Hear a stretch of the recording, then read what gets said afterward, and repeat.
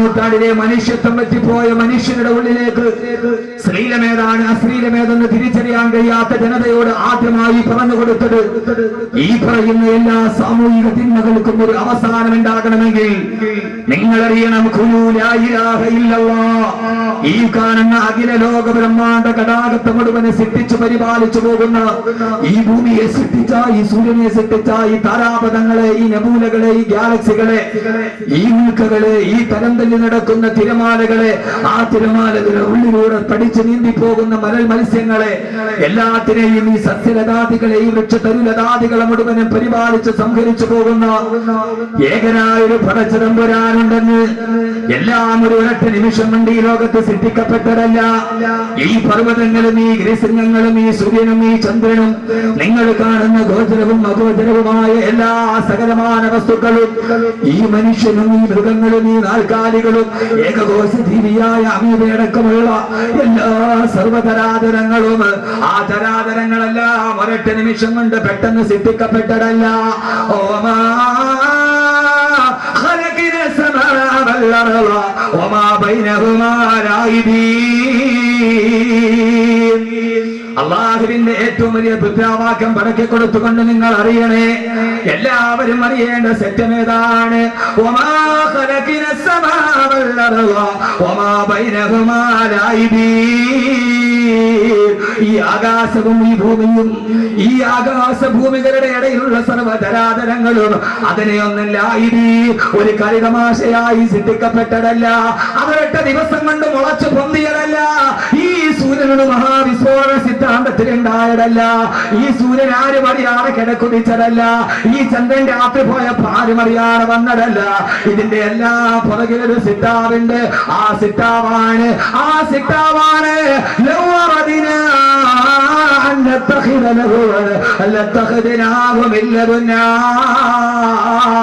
ഒരു കളിതമാശയായി സൃഷ്ടിക്കണമെങ്കിൽ എന്റെ കളിയാത്തരനാണ്, എല്ലാം ഞാനാണ് പടച്ചത്, എല്ലാം ഞാനാണ് നിയന്ത്രിക്കുന്നത്, എല്ലാം എന്റെ കീഴിലാണ്.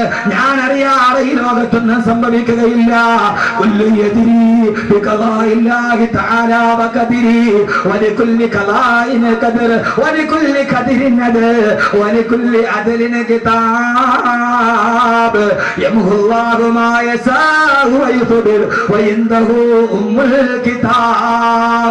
എല്ലാം രേഖപ്പെടുത്തി വെച്ചത് ഞാനാണ്.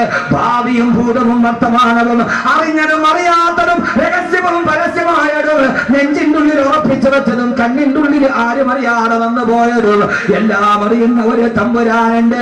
ഇതെല്ലാം എന്റേതാണ്. ഞാൻ അറിയാതെ ലോകത്തൊന്നും സംഭവിക്കുകയില്ല. അവനാണ് അല്ലാഹു സമദ് ലം യലിദ് വലം യൂലദ് വലം യകുൽ ലഹു കുഫുവൻ അഹദ്. അവൻ ഏകനാണ്. അവൻ ജാതനല്ല, അവൻ ഭൂജാതനല്ല, അവൻ സമാനനല്ല, അവൻ നിരാശ്രയനാണ്, അവൻ പരാശ്രയനല്ല. അതുകൊണ്ട് ശാസ്ത്രലോകമേ ദൈവഗണം കണ്ടുപിടിച്ചപ്പോ ദൈവത്തെ സൃഷ്ടിക്കാൻ കഴിയുമെന്ന് വെല്ലുവിളിച്ചവരെ, നാസ എന്ന ബഹിരാകാശ കേന്ദ്രത്തിൽ ആകാശത്തിലേക്ക് നോക്കി ചൊവ്വയിലെ വെള്ളം കണ്ടുപിടിച്ചവനെ, സൂര്യനായി നിശ്ചയിച്ചവനെ, 500 കോടി വർഷം മാത്രമേ ഇനി സൂര്യനെ സഞ്ചരിക്കൂ എന്ന് പറഞ്ഞവനെ ഇല്ല. വശംസു തജ്രി ലിമുസ്തഖരില്ല.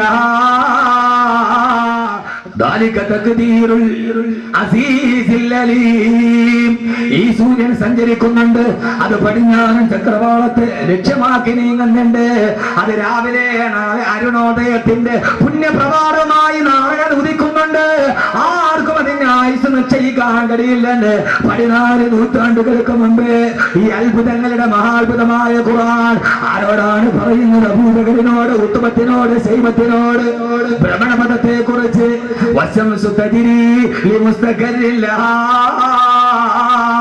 ഈ സൂര്യനൊരു ഭ്രമണപഥമുണ്ടെന്ന് ഒട്ടകമല്ലാതെ മറ്റൊരു വാഹനത്തിൽ കയറിയിട്ടില്ലാത്ത അബൂജഹലിനോട് ബിഫോർ 1500 years ago 1500 വർഷം മുമ്പ് അബൂജഹലിനോട് ഖുർആൻ പറയുകയാണ് സൂര്യനൊരു ഭ്രമണപഥമുണ്ടെന്ന്. പറയാൻ കഴിഞ്ഞ ഖുർആൻ അല്ലാതെ ലോകത്തിലെ ഏറ്റവും വലിയ അത്ഭുതം ഏതാണുള്ളത്?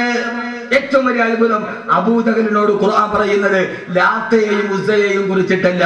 1500 വർഷങ്ങൾക്കപ്പുറം സ്ത്രീകൾ നന്നായിട്ട് കെട്ടിരിക്കണം. ആദ്യം ചിലപ്പോൾ ദഹിക്കണമെന്നില്ല, പക്ഷെ ഖുർആനെ പരിചയപ്പെടുത്തുക എന്നുള്ളത് എന്റെ മുമ്പിൽ ഒരു ദൗത്യമാണ്. കാരണം നമ്മൾ ഈ കയറി ഉണ്ടംപൊരി തിന്നുന്ന ലാഘവത്വത്തോടെ ഖുർആൻ എന്ന് പറയുന്ന ഈ കുട്ടികൾ 6666 ആയത്തുകൾ ഈ കൊച്ചു കുഞ്ഞുങ്ങളുടെ ഹാഫിളായതിന് ഏറ്റവും പ്രായം കുറഞ്ഞ ആളാരാ? ഹാഫിൾ എത്ര വയസ്സ്? 12 വയസ്സ്. 12 വയസ്സുള്ള ഈ കുഞ്ഞിന്റെ ഹൃദയത്തിന്റെ ഉള്ളിൽ ലോകരഹസ്യങ്ങളുടെ ചുരുളുകൾ ഒതുക്കി വെക്കാൻ എത്ര വർഷം കൊണ്ട് ഹാഫിളായത്? 2.5 വർഷം കൊണ്ട് കഴിഞ്ഞെങ്കിൽ മോനെ വർക്കലയിൽ സാമാന്യ ബുദ്ധിയില്ലാത്തൊരു കൊച്ചുകുട്ടിയുടെ മന്ദബുദ്ധിയാണ് ആ കുട്ടി. ചന്ദ്രശേഖരൻ നായർ സ്റ്റേഡിയത്തിൽ വന്ന് 10,000 മുമ്പിൽ നന്നായി സംസാരിക്കാൻ അറിയാത്ത, അമ്മയെ ഉപ്പ എന്ന് വിളിക്കാൻ അറിയാത്ത ഒരു മന്ദബുദ്ധിയായ ബുദ്ധിമാന്യം സംഭവിച്ച 7 വയസ്സുകാരന്റെ ഹൃദയത്തിന്റെ ഉള്ളിൽ ഈ ഖുർആൻ അതിന്റെ ഉള്ളിൽ ഭംഗിയായി സൂക്ഷിക്കപ്പെടുന്നുവെങ്കിൽ ഈ ഖുർആൻ അത്ഭുതങ്ങളുടെ മഹാത്ഭുതമാണ്. ഭഗവത്ഗീത മുഴുവനും കാണാതെ പഠിച്ചൊരു ഹൈന്ദവ പുരോഹിതൻ ചരിത്രത്തിലില്ല. ബൈബിൾ മുഴുവനെ കാണാതെ പഠിച്ച ഒരു ക്രൈസ്തവ പുരോഹിതൻ ചരിത്രത്തിലില്ല. പോപ്പിന് പോലും, വത്തിക്കാനിലെ പോപ്പിന് പോലും ബൈബിളിന്റെ പഴയ നിയമവും പുതിയ നിയമവും പൂർണ്ണമായിട്ടറിയില്ല. ഇവിടുത്തെ 12 വയസ്സുകാരന് ഖുർആൻ മുഴുവനും കാണാതെ അറിയാം. ഖുർആൻ ഒരു അമാനുഷികമാണ്. എന്തുകൊണ്ട്? എന്നാൽ ഞാൻ പറഞ്ഞല്ലോ, ഖുർആൻ അബൂജഹലിനോടാണ് പറയുന്നത്. അബൂജഹലെ, അന്ന് ഒട്ടകമല്ലാതെ വേറൊരു വാഹനത്തിന് അവർ കയറിയിട്ടില്ല. ആയത്തിറങ്ങി വശംസ് തജ്രീരി മുസ്തഖരില്ല. ഈ സൂര്യനൊരു ഭ്രമണപഥമുണ്ട്. അബൂജഹൽ ഭ്രമണപഥം പോയിട്ട് ഭ്രമണം തന്നെ നഷ്ടപ്പെട്ടു പോയ ആളാണ് അബൂജഹൽ. എന്നാ നിങ്ങളൊരു കാര്യം ചിന്തിച്ചോ, എന്നാ ഈ ഖുർആൻ ശാസ്ത്രം പറയാൻ വേണ്ടി വന്ന ഗ്രന്ഥവുമല്ല. സഹോദരിമാര് നന്നായിട്ട് കേൾക്കണം. ദേടനയുടെ സീരിയൽ മാതിരി പെട്ടെന്ന് നിങ്ങളുടെ കരച്ചിൽ വരില്ല. പച്ചപ്പൊട്ടികൾ ഇങ്ങോട്ട് നോക്കുക. അപ്പൊ നന്നായിട്ട് ഖുർആൻ എന്ന് കേട്ടത് എന്നെ കേട്ട് ഖുർആൻ ഒന്ന് അറിഞ്ഞിട്ട് ഇന്ന് ഇവിടെ വെച്ച് നമ്മളൊരു ഖുർആൻ പ്രേമിയായി മാറണം. ഞാൻ അതാ പറയുക. യഥാർത്ഥത്തിൽ ഖുർആനോ യഥാർത്ഥത്തിൽ ഖുർആനോ ശാസ്ത്രം പറയാൻ വേണ്ടി വന്നൊരു ഗ്രന്ഥമല്ല തന്നെ. ഖുർആനിലെ 6666 ആയത്തുകളിൽ 1000-ൽ പരം വരുന്ന ആയത്തുകൾ ശാസ്ത്രവുമായി ബന്ധപ്പെട്ടതാണ്. Astronomy, geography, biology, physics, chemistry എല്ലാം ഖുർആനിലുണ്ട്. 1000-ലധികം ആളുകൾ ശറഇന്റെ ഫിഖ്ഹിന്റെ നിയമം പറഞ്ഞതിനേക്കാൾ ഖുർആൻ ശാസ്ത്രത്തിന്റെ രഹസ്യമാണ് പറഞ്ഞത്. എന്നാൽ ഖുർആന്റെ ലക്ഷ്യം ശാസ്ത്രം പറയൽ. ഇത് എന്തിട്ട് മനുഷ്യന്മാരായത്. അള്ളാഹു തൗഫീക്ക് നൽകട്ടെ. 2 മണിക്കൂർ കൊണ്ട് ഖുർആനിനെ ഞാനൊന്ന് പരിചയപ്പെടുത്തുക. ലാസ്റ്റ് ഇൻഷാല്ലാഹ് നല്ല വാദം പറഞ്ഞ് അവസാനം 10 സലാത്ത് ഒരു ദുആ ചെയ്ത് നമുക്ക് പിരിയാം. അള്ളാഹു തൗഫീക്ക് നൽകട്ടെ. ഇന്ന് ഈ നാടിന്റെ ആഘോഷമാണ്. ഇന്ന് മലക്കുകൾ ആകാശത്ത് നിന്ന് ഭൂമിയിലേക്ക് നോക്കി അത്ഭുതത്തോടെ അള്ളാഹുവിനോട് ചോദിക്കും, അള്ളാഹുവേ, ഇവരാണോ രക്തച്ചൊരിച്ചിലുണ്ടാക്കുമെന്ന് ഞങ്ങൾ പ്രതിഷേധം രേഖപ്പെടുത്തിയ അടിമകളെന്ന് വാനലോകത്തിന്റെ 10,000-കണക്കിന് മലക്കുകൾ ഭൂമിയെ നോക്കിയിട്ട് അഭിമാനത്തോടെ പുഞ്ചിരിക്കുന്ന രാത്രിയാണിത്. ഈ രാത്രി വെറും രാത്രിയല്ല. LLB കോളേജിൽ ബിരുദമെടുത്തവനെ നോക്കി മലക്കുകൾ ചിരിക്കില്ല. പക്ഷേ 12 വയസ്സുകാരൻ മുതൽ 15 വയസ്സുകാരൻ നോക്കിയിട്ട് ഇന്ന് മലക്കുകൾ ചിരിക്കും. കാരണം എന്താ? വിഷയം വിട്ടുപോകണ്ട. യഥാർത്ഥത്തിൽ ഖുർആൻ ശാസ്ത്രം പറയാൻ വേണ്ടി വന്നത്. ശാസ്ത്രം പറയല് ഖുർആന്റെ ലക്ഷ്യമേയില്ല. നമ്മളെല്ലാരും പറഞ്ഞെന്താ? ഖുർആൻ ശാസ്ത്രമാണ്. നമുക്കെന്നാ ശാസ്ത്രം വിട്ട് അറിയത്തില്ലതാനും. എന്നാൽ ഖുർആന്റെ ലക്ഷ്യമോ ശാസ്ത്രം പറയലല്ല. എവിടെയൊക്കെ ശാസ്ത്രം പറഞ്ഞിട്ടുണ്ടോ അപ്പോഴൊക്കെ ഖുർആനിൽ ഒരു ശൈലി കാണാം. ഇടയ്ക്ക് കയറിയിട്ട് മാറ്റും. ഇത് ഖുർആന്റെ ലക്ഷ്യമല്ല, എന്റെ ലക്ഷ്യം ഇതല്ല. ലോകത്തിലെ ഏറ്റവും വലിയ ഒരായത്തിന്റെ പകുതിയിൽ ശാസ്ത്രം നിർത്തും. ഓർക്കേട്ടോ, അള്ളാഹുവിന്റെ ഖുർആൻ പറഞ്ഞു,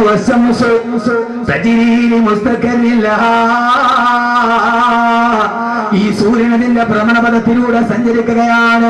പകുതി ആയത്തിന് നിർത്തിക്കളഞ്ഞ് ഇനിയില്ല. ഒരു ശാസ്ത്രം പറയാൻ പകുതി ആയത്ത് എന്നിട്ട് ഇടയ്ക്ക് കയറിയിട്ട് പറഞ്ഞ് നീ ചിന്തിക്കണ്ട, അത് ഈ പ്രകൃതിയുടെ സൗന്ദര്യമാണെന്ന്.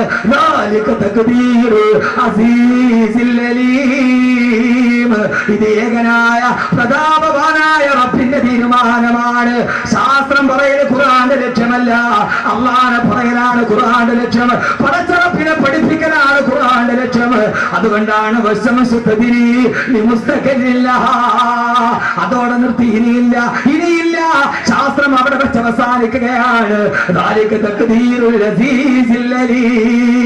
ഒന്ന് ഖുർആൻ ഓതി നോക്ക്, എവിടെ നോക്കിയാലും ഇത് തന്നെയാണ്.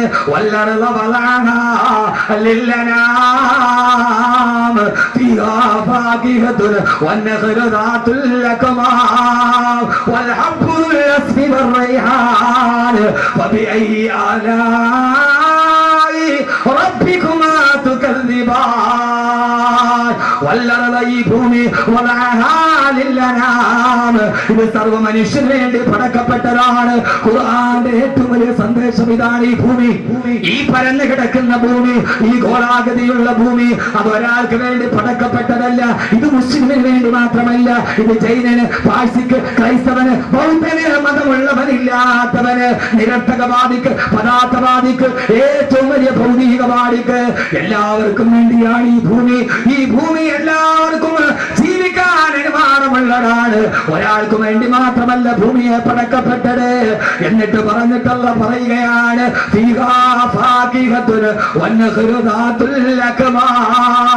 പറയുന്നത് ദുനിയാവിനെ കുറിച്ചാണ്. ഈ സുന്ദരമായ നെൽക്കതിരുകൾ, ഈ സുന്ദരമായ ഭവിടങ്ങൾ, ഈ സുന്ദരമായ ഭൂമേതകങ്ങൾ, ഈ കാണുന്ന പടവർഗങ്ങൾ, ആഹാര പദാർത്ഥങ്ങൾ, ഈ സുന്ദരമായ ധാന്യമണികൾ, അതിന്റെ ഇടയിലോട്ട് പെട്ടെന്ന് കയറുകയാണ്. അതിന് നിങ്ങളുടെ മനം മയക്കരുത്. ഭക്ഷണത്തെ കുറിച്ച് പറയാമെന്നതല്ല വിശുദ്ധ ഖുർആൻ.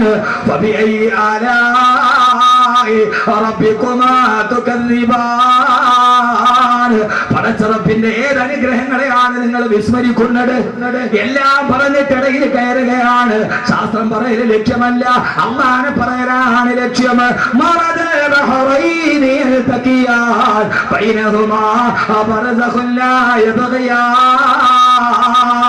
എത്ര ആളുകൾ ഓടുന്ന സൂറത്താണിത്. രണ്ട് സമുദ്രങ്ങൾ വന്ന് ഒരുമിച്ച് ചേരുന്ന സ്ഥലമുണ്ട്. രണ്ട് സമുദ്രങ്ങൾ ചേരുന്ന സ്ഥലം. ഇന്നും കാസ്പിയൻ കടലും മെഡിറ്ററേനിയൻ സീയും തമ്മിൽ ഒരുമിച്ച് ചേരുന്ന സ്ഥലം. രണ്ട് കടലുകൾ എവിടെ വെച്ചാണോ സംഗമിക്കുന്നത്, ആ സംഗമിക്കുന്ന സ്ഥാനത്ത്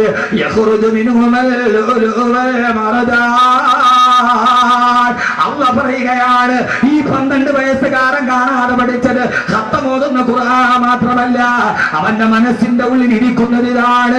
രണ്ട് കടലുകൾ ഒരുമിച്ച് ചേർത്തവൻ. രണ്ട് കടലുകൾ എവിടെയാണോ ഒരുമിച്ച് ചേർന്നത്, അവിടെ നിങ്ങൾ മുങ്ങി നോക്കുക. അവിടെയാണ്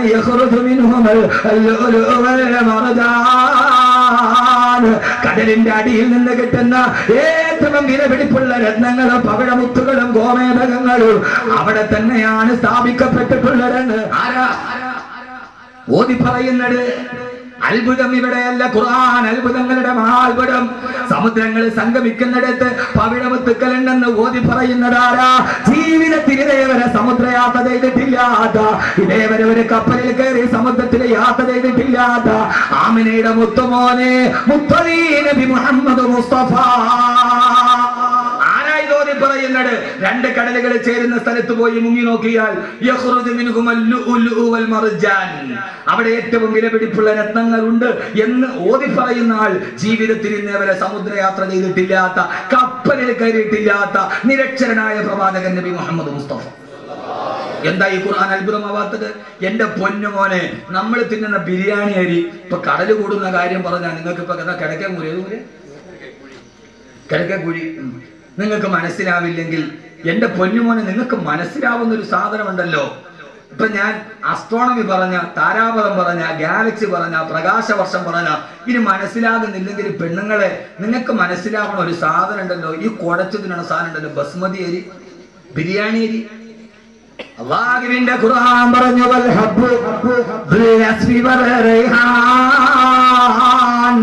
നല്ല സുഗന്ധമുള്ള സുന്ദരമായ ധാന്യപതുക്കൾ നിങ്ങൾക്ക് ഞാൻ ഭക്ഷണമായി തന്നില്ലയോ?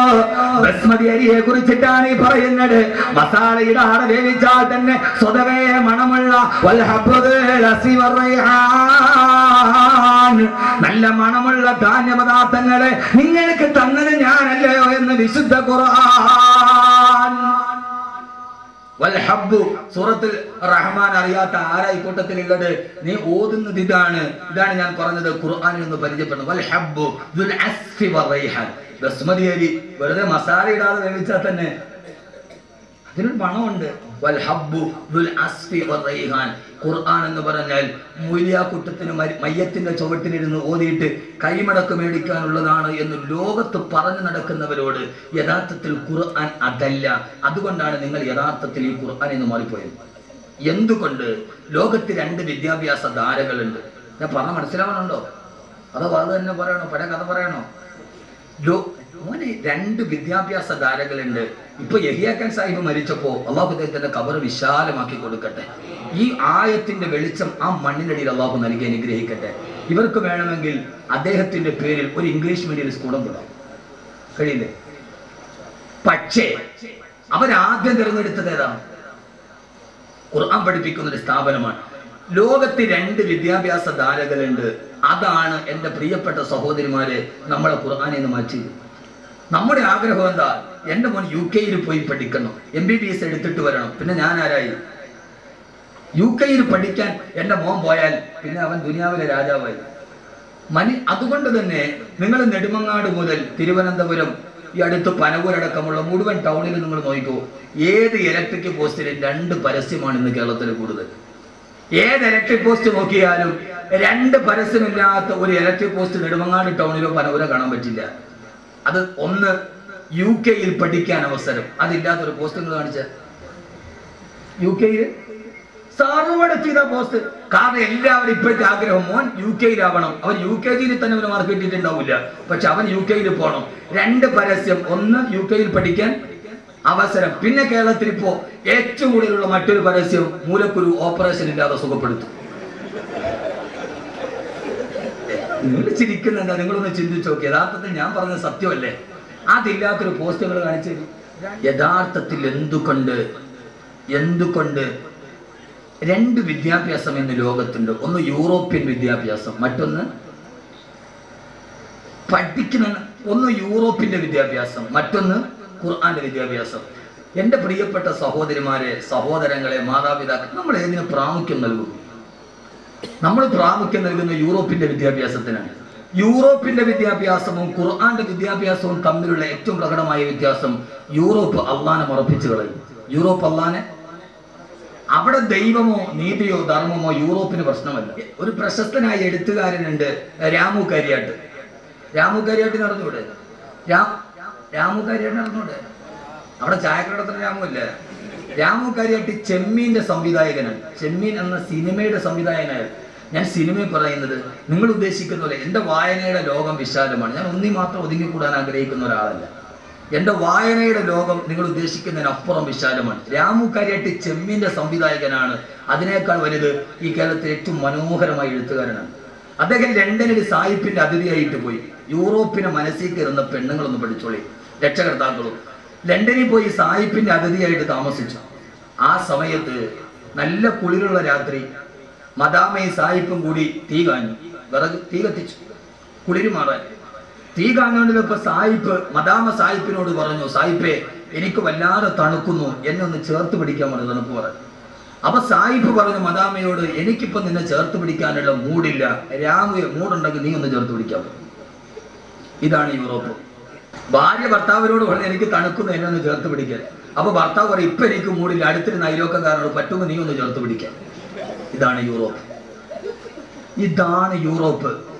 നിങ്ങൾ ചെറുപ്പക്കാരെ, നിങ്ങളുടെ മനസ്സിൽ ഇത് നന്നായിട്ട് വേരൂടിയിട്ടുണ്ട്. അതുകൊണ്ടാണ് അർജന്റീനയുടെ ഫുട്ബോൾ താരം മെസ്സിയുടെ ചിത്രം നിങ്ങളുടെ വീടിന്റെ വാതിരി വന്നത്. മെസ്സി അറിഞ്ഞൂടെ? മെസ്സി അർജന്റീനയോ ബ്രസീലാ? മെസ്സി, ലയണൽ മെസ്സി അർജന്റീനയോ ബ്രസീലാ? നിങ്ങളെല്ലാം മുത്തക്കികളാണല്ലോ പടച്ചവൻ വരാന്. ഒരാൾക്ക് മെസ്സി അർജന്റീന എന്നാൽ ഞങ്ങൾക്ക് അറിയില്ലെങ്കിൽ ഞാൻ ആ വിഷയം വിട്ടു. മെസ്സി അർജന്റീനയോ ബ്രസീലോ? എന്തുകൊണ്ട്? യഥാർത്ഥത്തിൽ മെസ്സി ആരാ? പച്ച വ്യഭിചാരി. മെസ്സി ആരാ? പച്ച വ്യഭിചാരി. എന്നോട് ഒരു വിഷവും നിങ്ങൾക്ക് തോന്നരുത്. ലയണൽ മെസ്സി ആരാ? പച്ച വ്യഭിചാരി. കഴിഞ്ഞ വേൾഡ് കപ്പിൽ അർജന്റീന തോറ്റെന്ന് അന്തം വിട്ട തോക്കൽ തോറ്റു, എതിരില്ലാത്ത 4 ഗോളിനും. തോറ്റ പരാജയ ഭീതി മാറ്റാൻ പിറ്റേ ദിവസം രാവിലെ എയർപോർട്ടിൽ വെച്ച് പിറ്റേ ദിവസത്തെ വീക്കമാഗസിന്റെ ഒരു ഫോട്ടോ വന്നു. കഴിഞ്ഞ വേൾഡ് കപ്പിൽ അർജന്റീന 4 ഗോളിന് തോറ്റു കഴിഞ്ഞപ്പോ ആ പരാജയത്തിന്റെ നിരാശ മാറ്റാൻ അലക്കി പോട്ട് വസ്ത്രമില്ലാത്ത കാമുകിയെ കെട്ടിപ്പിടിച്ചുകൊണ്ട് ഹവായ് ദ്വീപിലേക്ക് വ്യഭിചാരത്തിന് പോയ ആളാണ് ലയണൽ മെസ്സി. ആ വ്യഭിചാരത്തിന് പോകുന്ന സമയത്ത് വ്യഭിചരിക്കാൻ പോകുന്ന സമയത്ത് സാധാരണ വ്യഭിചരിക്കുന്നത് ആരും അറിയാതെയാ. വ്യഭിചരിക്കാൻ പോകുന്ന സമയത്ത് എയർപോർട്ടിലോട്ട് പോകുമ്പോ പത്രക്കാരുടെ മുമ്പിൽ കാമുകിയെ ചേർത്ത് പിടിച്ചിട്ട് ഫോട്ടോയ്ക്ക് പോസ്റ്റ് ചെയ്ത പച്ച വ്യഭിചാരിയാണ് ലയണൽ മെസ്സി. കാരണം യൂറോപ്പിലെ വ്യഭിചാരം ഒരു പ്രശ്നമല്ല. പക്ഷേ എന്റെ പ്രിയപ്പെട്ട സഹോദരങ്ങളെ, യൂറോപ്പ് പഠിപ്പിക്കുന്നത് ഈ വിദ്യാഭ്യാസമാണ്. യൂറോപ്പ് പഠിപ്പിക്കുന്നത് ഈ വിദ്യാഭ്യാസമാണ്. അതിലേക്ക് നമ്മുടെ മസ്തിഷ്കം കൊണ്ടുപോയി പണയം വെച്ചപ്പോ അല്ലാഹുവിന്റെ ഖുർആന്റെ വെളിച്ചം നമുക്ക് നഷ്ടപ്പെട്ടു പോയി. കിതാബുൻ അൻസൽനാഹു ഇലൈക ലിതുഖ്രിജൻ നാസ മിനൽ ളുലുമാതി ഇലൻ നൂർ. മനുഷ്യന്റെ ഹൃദയത്തിലേക്ക് വെളിച്ചം കൊടുക്കാൻ വേണ്ടി വന്ന, തമസിൽ നിന്ന് ജ്യോതിസിലേക്ക് കൊണ്ടുവരാൻ വേണ്ടി വന്ന ലോകത്തിലെ ഏറ്റവും വലിയ വ്യഭിചാരിയെ പോലും, ലോകത്തിന്റെ ഏറ്റവും വലിയ വ്യഭിചാരിയെ പോലും എന്റെ പ്രിയപ്പെട്ട സഹോദരങ്ങള് യൂറോപ്പിലെ വ്യഭിചാരിയെ നന്നാക്കാൻ എൻസൈക്ലോപീഡിയ ബ്രിട്ടാനിക്കയ്ക്ക് കഴിയില്ല. ഖുർആൻ അത്ഭുതമാകുന്നത് എങ്ങനെയാ? യൂറോപ്പിലെ വ്യഭിചാരിയെ നന്നാക്കാൻ ബ്രിട്ടീഷ് ലൈബ്രറി ഇരിക്കുന്ന എൻസൈക്ലോപീഡിയ ബ്രിട്ടാനിക്കയുടെ 12 വാല്യങ്ങൾ ബ്രിട്ടീഷ് ലൈബ്രറി ഇരിക്കുന്നുണ്ട്. അത് വായിച്ചാൽ യൂറോപ്പിലെ വ്യഭിചാരി നന്നാവുകയില്ല, യൂറോപ്പിലെ പലിശക്കാരൻ നന്നാവുകയില്ല.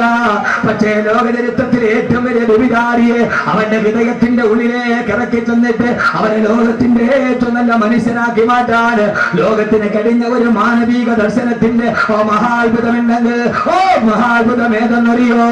അല്ലാഹുവിന്റെ വിശുദ്ധ ഖുർആൻ. എന്റെ പ്രിയപ്പെട്ട ചെറുപ്പക്കാരാ, എന്റെ പ്രിയപ്പെട്ട ചെറുപ്പക്കാരാ, ആദരവായ പ്രവാചകൻ നബി മുഹമ്മദ് മുസ്തഫ, പോരാ ഹബീബായ നബി മുഹമ്മദ് മുസ്തഫ, താജ്ദാരെ മദീന നബി മുഹമ്മദ് മുസ്തഫ, ये कहती कि करे करे आकर हलीमा मेरा घर में खैरुल वरा गया है. ये कहती कि करे करे आकर हलीमा मेरा घर में खैरुल वरा गया है. മദീനയിൽ ഒരു നേരത്തെ ഭക്ഷണത്തിന് വകയില്ലാതെ ഏതെങ്കിലും ഒരു കുട്ടിയെ മഴയൂട്ടാൻ കിട്ടിയാൽ തന്റെ മക്കൾക്ക് ഭക്ഷണം കൊടുക്കാമെന്ന മോഹത്തോടെ വന്ന മക്കയിലേക്ക് വന്ന ഹലീമത്ത് സഅദിയ എന്ന പട്ടിണി പാവത്തിന്റെ വീട്ടിലേക്ക് ഏത് പിഞ്ഞു പൈതലിന്റെ തളിരിളം കാലുകളാണോ ചവിട്ടപ്പെട്ടത്, ആ സമയത്ത് ഏത് വീട്ടിലാണോ പാല് വെട്ടിപ്പോയ ആടിന്റെ അകട്ടില് പോലും പാല് നിറകടിച്ചത്, സാന്നിധ്യം കൊണ്ട് ബറക്കത്തിന്റെ നാമമേ, ആനന്ദത്തിന്റെ ദുർഗമേ, ആദർശത്തിന്റെ മുത്തേ, കരളിന്റെ രാജാവേ നബിയുനാ റസൂലുള്ളാഹ് സല്ലല്ലാഹു അലൈഹി വസല്ലമ. സദസ്സ് തീരുന്നത് വരെ സലാത്തിന് കുറവുണ്ടാകരുത്. എന്റെ പ്രിയപ്പെട്ട സഹോദരങ്ങളെ, അല്ലാഹുവിന്റെ റസൂൽ മക്കം ഫത്ഹ് കഴിഞ്ഞിട്ട് മക്കം വന്ന് പിടിച്ചടക്കുകയാണ്. മക്കം പിടിച്ചടങ്ങിയിട്ട് 10 ദിവസത്തോളം നബി സല്ലല്ലാഹു അലൈഹി വസല്ലമ മക്കയിൽ താമസിക്കുമ്പോ പാതിരാ സമയത്ത് തവാഫ് ചെയ്യാൻ കഅബയിലേക്ക് പോയി.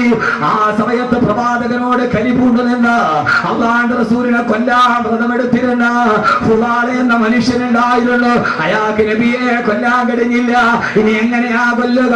മുഹമ്മദ് മക്കയിലെ രാജാവാണ്. 10,000 അനുയായികൾ ഓടിപ്പിടിച്ച വാളുമായി മുഹമ്മദിന് കാവലാണ് സല്ലല്ലാഹു അലൈഹി വസല്ലം. പാതിരാ സമയത്ത് അല്ലാഹുവിന്റെ റസൂൽ കഅബയുടെ മത്താബിലെ തവാഫ് ചെയ്യുകയാ. ആ സമയത്ത് ഫുലാല ഊരിപ്പിടിച്ച മൂർച്ചയുള്ള വായുമായി കഅബയുടെ ഭിത്തിയുടെ പുറകിൽ കാത്തിരിക്കുകയാ. കഅബയുടെ ഭിത്തിയുടെ പുറകിൽ ഒളിച്ചിരിക്കുമ്പോ അല്ലാഹുവിന്റെ റസൂൽ കടന്നു വന്നു കഅബയുടെ മത്താബിൽ വന്ന് 1ാമത്തെ തവാഫ് ചെയ്യുകയാ. ബഹുമാനപ്പെട്ട റസൂലുള്ളാഹി കഅബയുടെ തവാഫ് ചെയ്ത് ഫുലാലെ നബി തങ്ങളെ കാണുന്നില്ല. തന്റെ പ്രിയപ്പെട്ട ഹബീബായ റസൂലുള്ളാഹിക്ക് വേണ്ടി സഹാബത്ത് വരാമെന്ന് പറഞ്ഞിട്ട് സമ്മതിച്ചിട്ടില്ല. ഏകനായി തവാഫ് ചെയ്യുമ്പോ അല്ലാഹ് അള്ളാന്റെ റസൂൽ ഫുദാലയുടെ തൊട്ടു മുമ്പിലെത്തുമ്പോ ആരും അറിയാതെ മാർജാര പാദ പതന ശബ്ദം കേൾപ്പിക്കാതെ ഫുദാല തന്റെ വാളിൽ വലിച്ചൂടി അള്ളാന്റെ റസൂലിനെ പുറകിൽ നിന്ന് വെട്ടാൻ ഹബീബായ നബിയുടെ നേരെ ചാടേണ്ട താമസം. ഹബീബായ നബി നാടെ മുഖത്തോട്ട് നോക്കുമ്പോ ഫുദാല കിടുങ്ങി മറച്ചുപോയി. കൈ പൊന്തുന്നില്ല, കൈ തളരുകയാണ്, വാളനങ്ങുന്നില്ല. അള്ളാന്റെ റസൂലിന്റെ മുഖത്തിന്റെ പ്രകാശം കാണുമ്പോ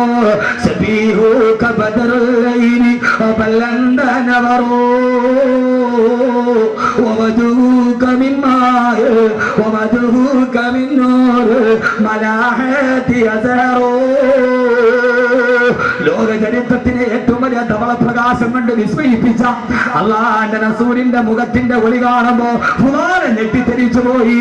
ഹബീബായ നബി രണ്ടാമത്തെ തവാഫ് പൂർത്തിയാക്കുകയാ. തന്റെ മുമ്പിൽ എത്തിയപ്പോ ഫുദാല രണ്ടാമത് ഊരിപ്പിടിച്ച വാളുമായി ഇറങ്ങേണ്ട താമസം. അള്ളാന്റെ റസൂലിന്റെ ആ നാട്ടിന്റെ വെളിവ് കാണുമ്പോ ഫുദാല ഞെട്ടിത്തെരിക്കുന്നു. വാളിരിക്കുന്ന കൈവറക്കുകയാണ്. മൂന്നാമത്തെ തവാഫ് തീർന്നു, നാലാമത്തെ തവാഫ് തീർന്നു, 5, 6, 7ാമത്തെ തവാഫാണ്. ഇവിടെ വെച്ച് കൊല്ലാൻ കഴിഞ്ഞില്ലെങ്കിൽ ഇനി മുഹമ്മദിനെ കൊല്ലാൻ എനിക്ക് കഴിയില്ല. 7ാമത്തെ തവാഫ് പൂർത്തിയാക്കുകയാണ്. തവാഫ് പൂർത്തിയായി. ഹബീബായ നബി സല്ലല്ലാഹു അലൈഹി വസല്ലമ 7ാമത്തെ തവാഫ് ചെയ്തിട്ട് അല്ലാഹുവിന്റെ റസൂൽ അവിടെ ഇരുന്ന് ഖുർആൻ ഓതുകയാണ്. വതൂരി വകിതാബിൻ മസ്തൂർ ഫീ റഖിൻ മൻശൂർ. ഖുർആൻ ഓതേണ്ട താമസം ഫുദാല മനസ്സ് മുഴുവനും പിടിച്ചു നിർത്തി. വർദ്ധിത വീര്യത്തോടെ തന്റെ മനസ്സിനെ മുഴുവനും പിടിച്ചു നിർത്തിയിട്ട് ഫുദാല ഹബീബായ നബിയുടെ മുമ്പിലേക്ക് ചാടേണ്ട താമസം. അല്ലാഹുവിന്റെ റസൂലിന്റെ ഖുർആൻ ഓതൽ കേട്ടപ്പോ ഫുദാല പേടിച്ചു മറച്ചുപോയി. ഫുദാലയുടെ കയ്യിൽ നിന്ന് വാൾ താഴേക്ക് വീണു. ഹബീബായ നബി തിരിഞ്ഞു നോക്കുമ്പോ താഴെ കിടക്കുന്ന വാളിന്റെ മുമ്പിൽ പിറക്കുകയാണ് ഫുദാല. ഫുദാലക്ക് മനസ്സിലായി താൻ പിടിക്കപ്പെട്ടു. മുഹമ്മദിന്റെ അനുയായികൾ തന്നെ തുണ്ടമായി വെട്ടിക്കളയും. മക്കയുടെ രാഷ്ട്രപതിയാണ് കൊല്ലാൻ വന്നത്. രാഷ്ട്രപിതാവിനെ വധിക്കാൻ വന്നവന് മുഹമ്മദിന്റെ ഉമർ തന്നെ വെറുതെ വെക്കുമോ? ഫുദാല കിടന്ന് വിറക്കാൻ തുടങ്ങി. ഫുദാലയുടെ നാവ് പറ്റിപ്പോയി. അള്ളാന്റെ റസൂൽ പറഞ്ഞു, ഫുദാല അറഫ്തുക, നിന്നെ ഞാൻ കണ്ടിരുന്നു ഫുദാല. ഒന്നാമത്തെ തവാഫിന് മതാഫിന് വരുമ്പോ എന്നെ കൊല്ലാൻ വേണ്ടി എന്റെ പള്ളിയിൽ കത്തിമുട്ടി ഇറക്കാൻ കാത്തു നിൽക്കുന്ന നിന്നെ ഫുദാല ഞാൻ കണ്ടു ഫുദാല. നീ ഇവിടെ നിൽക്കുന്നുണ്ടെന്ന് എനിക്കറിയാം ഫുദാല. പക്ഷേ ഫുദാല ആരും നിന്നെ കണ്ടിട്ടില്ല. ഓടി രക്ഷപ്പെട്ടോ ഫുദാല. ലോകത്തിന്റെ വിട്ടുവീഴ്ചയുടെ, ഉദാരതയുടെ, സാധ്യതയുടെ, സഹാനുഭൂതിയുടെ, ഉദാരതയുടെ, സ്നേഹത്തിന്റെ, വാത്സല്യത്തിന്റെ പകരം വെക്കാനില്ലാത്ത പര്യായ പദമേ അല്ലാഹുവിന്റെ റസൂൽ പറഞ്ഞ ഫുദാല. ഉമർ നിന്നെ കണ്ടിട്ടില്ല, ഖാലിദ് കണ്ടിട്ടില്ല. ഓടി രക്ഷപ്പെട്ടോ ഫുദാല. നിന്നെ ഞാൻ മാത്രമേ കണ്ടിട്ടുള്ളൂ, ഞാൻ മാത്രമേ കണ്ടിട്ടുള്ളൂ. എന്റെ പ്രിയപ്പെട്ട സഹോദരങ്ങളെ, അത് കേൾക്കേണ്ട താമസം, അത് കേൾക്കേണ്ട താമസം. ഫുദാല എന്ന അക്രമി ഫവഖഅതു ബൈന യദൈ മുഹമ്മദിൻ സല്ലല്ലാഹു അലൈഹി വസല്ലം അല്ലാഹുവിന്റെ റസൂലിന്റെ കാലിലേക്ക് വീണു. അശ്ഹദു അല്ലാ ഇലാഹ ഇല്ലല്ലാഹ് വഅശ്ഹദു അന്ന മുഹമ്മദൻ റസൂലുള്ളാഹ്. ഞാനിതാ വന്നു നബിയേ, ഖുർആന്റെ വെളിച്ചത്തിലേക്ക്, തൗഹീദിന്റെ വെളിച്ചത്തിലേക്ക്, അങ്ങയുടെ ചാരത്തേക്ക് ഞാൻ വന്ന നബിയേ. അല്ലാഹുവിന്റെ റസൂലിന്റെ മുമ്പിൽ കിടന്നിട്ട് തന്റെ തല കൊണ്ടുപോയി മണ്ണിലിട്ടിട്ട് ഫുദാല പൊട്ടിക്കരയാൻ തുടങ്ങി. ഈ മനുഷ്യനെയാണോ കൊല്ലാൻ വന്നത്? ഈ മനുഷ്യനോടാണോ വർഷങ്ങളോളം വൈരാഗ്യം മനസ്സിൽ നിറച്ചു നിന്നത്? ഫുദാല, നീ എത്ര തെമ്മാടിയാണ് ഫുദാല. തന്റെ ആ വടിയരികിൽ കിടന്ന് തല കൊണ്ടുപോയി മണ്ണിലിട്ട് ഉരുട്ടി ഉരുട്ടി അവസാനം ഫുദാല വീട്ടിലേക്ക് പോവുകയാ. പ്രിയപ്പെട്ട ചെറുപ്പക്കാരെ, ഖുർആൻ എന്താ? ആ ഫുദാല വീട്ടിലേക്ക് പോകുമ്പോഴാണ് പതിവ് പോലെ ഫുദാലയെ കാത്ത് നാട്ടിലെ വേശ്യപ്പെണ്ണ് കാത്തിരിക്കുന്നത്. അണിഞ്ഞൊരുങ്ങി ആ നാട്ടിലെ വേശ്യപ്പെണ്ണ് കാത്തിരിക്കുകയാണ്. ഫുദാല വരിക ഫുദാല, നിനക്ക് വേണ്ടി എന്റെ കിടപ്പറ ഞാൻ മാറ്റിവെച്ചിരിക്കുകയാ. ഓ സമയത്ത് ഫുദാല എന്ന ചെറുപ്പക്കാരൻ ഖുർആന്റെ അത്ഭുതമേടാണ്. ഓ ഫുദാല എന്ന ചെറുപ്പക്കാരന് മുസ്ലിമായിട്ടൊരു മണിക്കൂർ പോലുമായിട്ടില്ല. ആ വേശ്യപ്പെണ്ണിനോട് പറഞ്ഞു, ഇല്ല പെണ്ണേ, ഇല്ല പെണ്ണേ, ഇല്ല പെണ്ണേ, അസ്ലംതു ബൈന യദയിൽ മുസ്തഫ ഹബീബായ നബിയുടെ മുമ്പിൽ വെച്ച് ഞാൻ മുസ്ലിമായി അങ്ങോട്ട് പോയപ്പോ ഈ പെണ്ണിന്റെ കടപ്പുറയിൽ കിടന്ന് വ്യഭിചരിച്ചിട്ട് പോയ ഫുദാല, ആ ഫുദാല പറഞ്ഞു ഇല്ല ഇല്ല ഇല്ല ഇല്ല, അസ്ലംതു ബൈന യദയിൽ മുസ്തഫ, ഞാൻ ഹബീബായ നബിയുടെ മുമ്പിൽ മുസ്ലിമായി 1 മണിക്കൂർ പോലും ആയിട്ടില്ല. മുസ്ലിമായിട്ട് ഖുർആന്റെ ആയത്ത് മനസ്സിൽ കയറിയപ്പോ, ഖുർആന്റെ ആയത്ത് മനസ്സിൽ കയറിയപ്പോ ഇല്ല, നിന്റെ കടപ്പറയിലേക്ക് ഞാൻ ഇനി വരില്ല, ഫുദാല നിനക്കിനി കിട്ടില്ല, ഫുദാല ഇനി വ്യഭിചരിക്കില്ല, ഫുദാല ഇനി വ്യഭിചരിക്കില്ല. അസ്ലമ ഫുദാല. യൂറോപ്പിലെ പച്ചവിചാരിയ മനസ്സാന്തരമുണ്ടാക്കി ലോകത്തിന് സമർപ്പിക്കാൻ ബ്രിട്ടീഷ് ലൈബ്രറിയിലെ മഹാഗ്രന്ഥത്തിന് കഴിയില്ല, ഷേക്സ്പിയറിന്റെ നാടകത്തിന് കഴിയില്ല, യുദ്ധയുടെ റൊമാന്റിക് ഭാവനയ്ക്ക് കഴിയില്ല, എലങ്കറിന്റെ നോവലിന് കഴിയില്ല. പക്ഷേ സഹോദരങ്ങളെ, പക്ഷേ ലോകത്തിന് അത്ഭുതം നടത്തിയത് ഒരു പച്ച വ്യഭിചാരിയെ ഒരൊറ്റ നിമിഷം കൊണ്ട് ലോകത്തിന്റെ മുമ്പിൽ സമർപ്പിച്ചു കൊടുക്കാൻ, അവന്റെ ഹൃദയത്തിലോട്ടിറങ്ങാൻ. ആ വിദ്യാഭ്യാസമാണ് ഖുർആന്റെ വിദ്യാഭ്യാസം. ഹാഫിളായ ഒരു കുഞ്ഞ് അവൻ മരിക്കുന്നത് വരെ അവൻ മദ്യപിക്കില്ല, അവൻ വ്യഭിചരിക്കില്ല. കാരണം അവന്റെ മനസ്സിൽ ഓർമ്മയുണ്ട്, അല്ലാഹുവേ എന്റെ ഹൃദയത്തിൽ ഞാൻ മനഃപാഠമാക്കിയതെന്താ, ലൗഹുൽ മഹ്ഫൂദിൽ നിന്ന് 7ാം ആകാശത്തിൽ നിന്ന് റൂഹുൽ അമീൻ പറഞ്ഞു കൊടുത്ത ഈ സുന്ദരമായ വാക്യമാണ് എന്റെ ഹൃദയത്തിന്റെ ഉള്ളിലുള്ളത്. അതുകൊണ്ട് ഖുർആൻ അത്ഭുതങ്ങളുടെ മഹാത്ഭുതമാണ്. ബസ്മതി അരിയെ കുറിച്ചിട്ട് മാത്രമല്ല, സൂര്യന്റെ ഭ്രമണപഥത്തെ കുറിച്ചിട്ട് മാത്രമല്ല, ഇരുമ്പിനെ കുറിച്ച് മാത്രമല്ല, ഉറുമ്പിനെ കുറിച്ച് മാത്രമല്ല, സൂര്യനെ കുറിച്ച് പറഞ്ഞ ഗ്രന്ഥമാണ്. ഇസ്ലാമിലേക്ക് ഖുർആൻ കടന്നു വരുമ്പോ ഉമർ റളിയല്ലാഹു അൻഹുവിനെ മയ്യത്ത് കുളിപ്പിക്കുമ്പോ ആ സമയത്ത് വനത്തെ തോളിലൊരു അടയാളം ഉണ്ടായിരുന്നു. ഏതടയാളമെന്നറിയോ? തന്റെ ജാഹിലിയ്യ കാലഘട്ടത്തിൽ മല്ലന്മാരെ തോളിൽ വെച്ച് വട്ടം ചുറ്റിയതല്ല. ആ മനുഷ്യനെ കുളിപ്പിക്കുമ്പോൾ, ഉമർ റളിയല്ലാഹു അൻഹുവിനെ മയ്യത്ത് കുളിപ്പിക്കുമ്പോ വലത്തെ ചുമലിൽ ഒരു അടയാളം ഉണ്ടായിരുന്നു. പാതിരാ സമയത്ത് പാവപ്പെട്ടവർക്ക് ഭക്ഷണത്തിന് വേണ്ടി മാവും ഗോതമ്പ് മാവും ചുമന്നുകൊണ്ട് പോയതിന്റെ അടയാളം. ആ മനുഷ്യന്റെ മയ്യത്ത് കുളിപ്പിക്കുമ്പോ ആ മനുഷ്യന്റെ വലത്തെ തോളിലുണ്ടായിരുന്നു. പാതിരാ സമയത്ത് അഗതികൾക്കും യതീമീങ്ങൾക്കും അനാഥർക്കും ഗോതമ്പിന്റെ റൊട്ടിയും ചുമന്നുകൊണ്ട് പോയ പാടിന്റെ അടയാളത്തിന്റെ തിരുശേഷിപ്പ് ഈ മനുഷ്യന്റെ ചുമലിലുണ്ടാകുന്ന രീതിയിൽ ഉക്കാളാച്ചന്തയില് മല്ലന്മാരെ തോളിൽ വെച്ച് അമ്മാനമാടിയ മനുഷ്യനെ ഈ രീതിയിൽ പരിവർത്തിപ്പിച്ചതാരാ?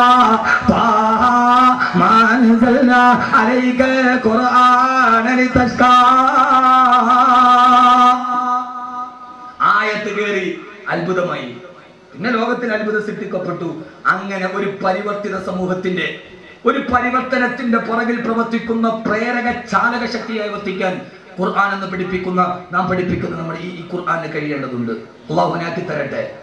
ലോകത്തിലെ ഏറ്റവും വലിയ തമ്മാടികൾ പേടിച്ച് കരഞ്ഞു പോയത് ഖുർആന്റെ ആയത്തിറങ്ങിയപ്പോൾ ഞാൻ പറഞ്ഞത് അല്ലാഹു മനസ്സിലാക്കാൻ തൗഫീഖ് നൽകട്ടെ. അല്ലാഹുവിന്റെ വിശുദ്ധ ഖുർആൻ, ഞാൻ ഈ ആയത്ത് മുഴുവനും പറയാം. ഖുർആൻ ഇതിനെ കുറിച്ച് മാത്രമല്ല, ലോക ചരിത്രത്തിലെ ഏറ്റവും വലിയ വിസ്മയത്തിന്റെ വിപ്ലവം സൃഷ്ടിക്കാൻ അല്ലാഹുവിന്റെ ഖുർആനിന്. ജുബൈർ ഇബ്നു മുത്തീം ക്രൈസ്തവ പാതിരിയാണ്. ക്രൈസ്തവ പാതിരിയാണ്.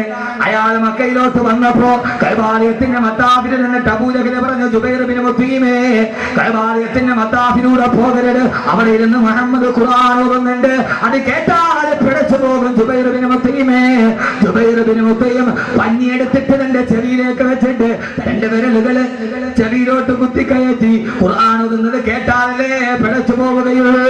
ജുബൈർ ഇബ്നു മുത്തീം എന്ന ക്രൈസ്തവ തന്റെ വരൽ ചെവിയിൽ കുത്തിക്കയറ്റിയിട്ട് കൈബാലയത്തിന്റെ മത്താഫിലൂടെ പോകുമ്പോഴാണ് കൈബാലയത്തിന്റെ മത്താഫിൽ ഖുർആൻ ഓതുന്നത്.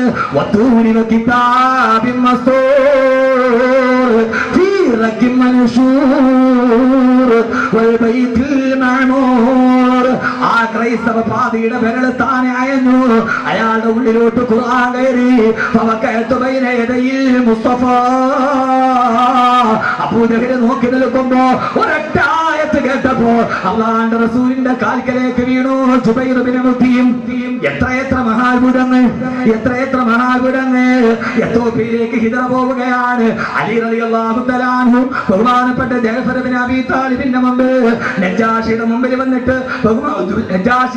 വന്നിട്ട് അബൂ സുഫിയാൻ പറഞ്ഞില്ല, മുഅ്മിനീങ്ങളെ, ഈ മുഹമ്മദും കൂട്ടരും നമ്മുടെ വിഗ്രഹങ്ങളെ തള്ളി പറയുന്നവരാണ്, മതപ്രമാണങ്ങളെ തള്ളി പറയുന്നവരാണ്.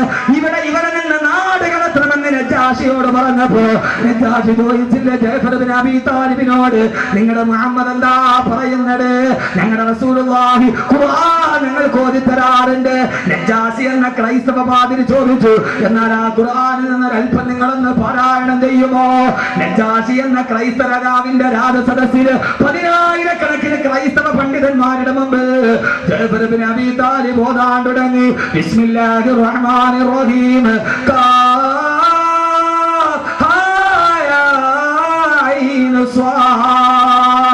ذكر رحمة ربك عبده زكريا إذ نادى ربه نداء خفيا قال رب إني وهن العظم مني واشتعل الرأس شيبا. നജാസി എന്ന ക്രൈസ്തവ പാതിരി കണ്ണിലൂടെ കണ്ണുനീര് തടം തല്ലിയാ തുടങ്ങി. ചാടി എഴുന്നേറ്റ് ഇത് കേട്ട ക്രൈസ്തവ പണ്ഡിതന്മാര് പൊട്ടിക്കരഞ്ഞു പോയി. അവര് പറഞ്ഞു, അതെ അതെ, ഇത് മറിയമിനെ കുറിച്ച് പറയുന്ന ഗ്രന്ഥമാണ്, ഇത് ഞങ്ങളുടെ യേശു ക്രിസ്തു പറഞ്ഞു തന്നതാണ്, ഇത് ഖുർആനാണ്, ഖുർആനാണ്. ആ മുഹമ്മദ് സത്യത്തിന്റെ പ്രവാചകനാണ്. ജഅഫറേ, നിങ്ങൾക്ക് ഞാൻ അഭയം നൽകുന്നവരുണ്ട്.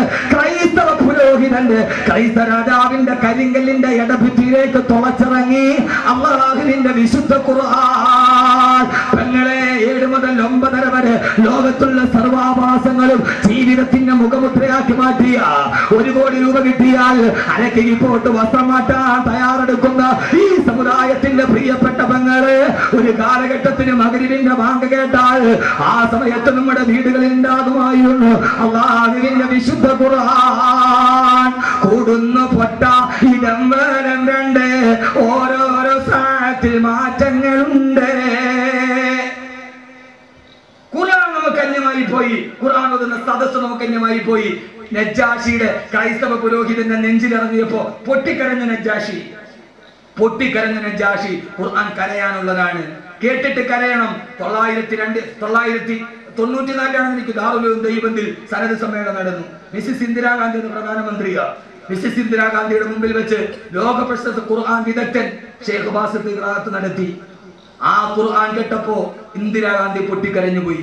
ഖുർആന്റെ അർത്ഥം അറിയാത്ത ഇന്ദിരാഗാന്ധി, മുസ്ലിം അല്ലാത്ത ഇന്ദിരാഗാന്ധി അവിടെ ഇരുന്നിട്ട് ഖുർആൻ കേട്ടിട്ട് അവർ അവസാനം അവിടെ നിന്ന് പോകുമ്പോ ഒരു ഖുർആന്റെ കോപ്പി വാങ്ങിച്ചിട്ടാണ് പോയത്.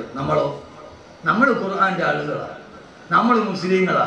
നമുക്ക് ആകെ ഉള്ളത് എന്താ? നമുക്ക് ഈ അസലില്ലാത്ത സാധനം കൊണ്ട് നടക്കാനല്ലാതെ നമുക്ക് ഇന്നേവരും പറഞ്ഞത്. നമുക്ക് ഖുർആനൊന്നും വേണ്ട, നമുക്ക് അസലില്ലാത്ത സാധനം മതി. ഈ ആലുവയിൽ അസലില്ലാത്ത 2 സാധനം കിട്ടും. ഒന്ന് പുകയില്ലാത്ത അടുപ്പും, പിന്നെ ഒരു അസലില്ലാത്ത തരീക്കത്തും. 2 ആലുവയിലെ സംഭാവന. അവിടെ പൊതുവെ അസലില്ല, കാരണം അടുപ്പിന് പുക ഉണ്ടാവലാണ് അസല്. അപ്പൊ പുക ഇല്ലെങ്കിൽ അപ്പൊ അത് ഖിലാഫുൽ അസലാണ്. നമുക്ക് ഈ അസലില്ലാത്തത് മതി എന്റെ പൊന്ന സഹോദരങ്ങളെ. എന്നിട്ട് നമ്മൾ തമ്മിലടിക്കാനും പള്ളി പൊട്ടിക്കാനും നടക്കുക. എനിക്കൊന്നിനോടുമില്ല. ഈ ഖുർആന്റെ പുറകെ നിങ്ങൾ നടക്കുക, ഈ ഖുർആന്റെ വെളിച്ചത്തിൽ പിടിക്കുക.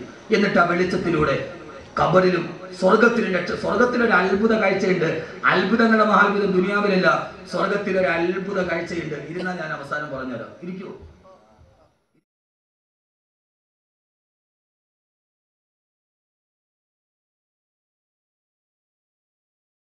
എന്നിട്ട് ആ വെളിച്ചത്തിലൂടെ ഖബറിലും സ്വർഗത്തിലൊരു അത്ഭുത കാഴ്ചയുണ്ട്. അത്ഭുതങ്ങളുടെ മഹാത്ഭുതം ദുനിയാവിലല്ല, സ്വർഗത്തിലൊരു അത്ഭുത കാഴ്ചയുണ്ട്. ഇരുന്നാൽ ഞാൻ അവസാനം പറഞ്ഞുതരാം. ഇരിക്കൂ.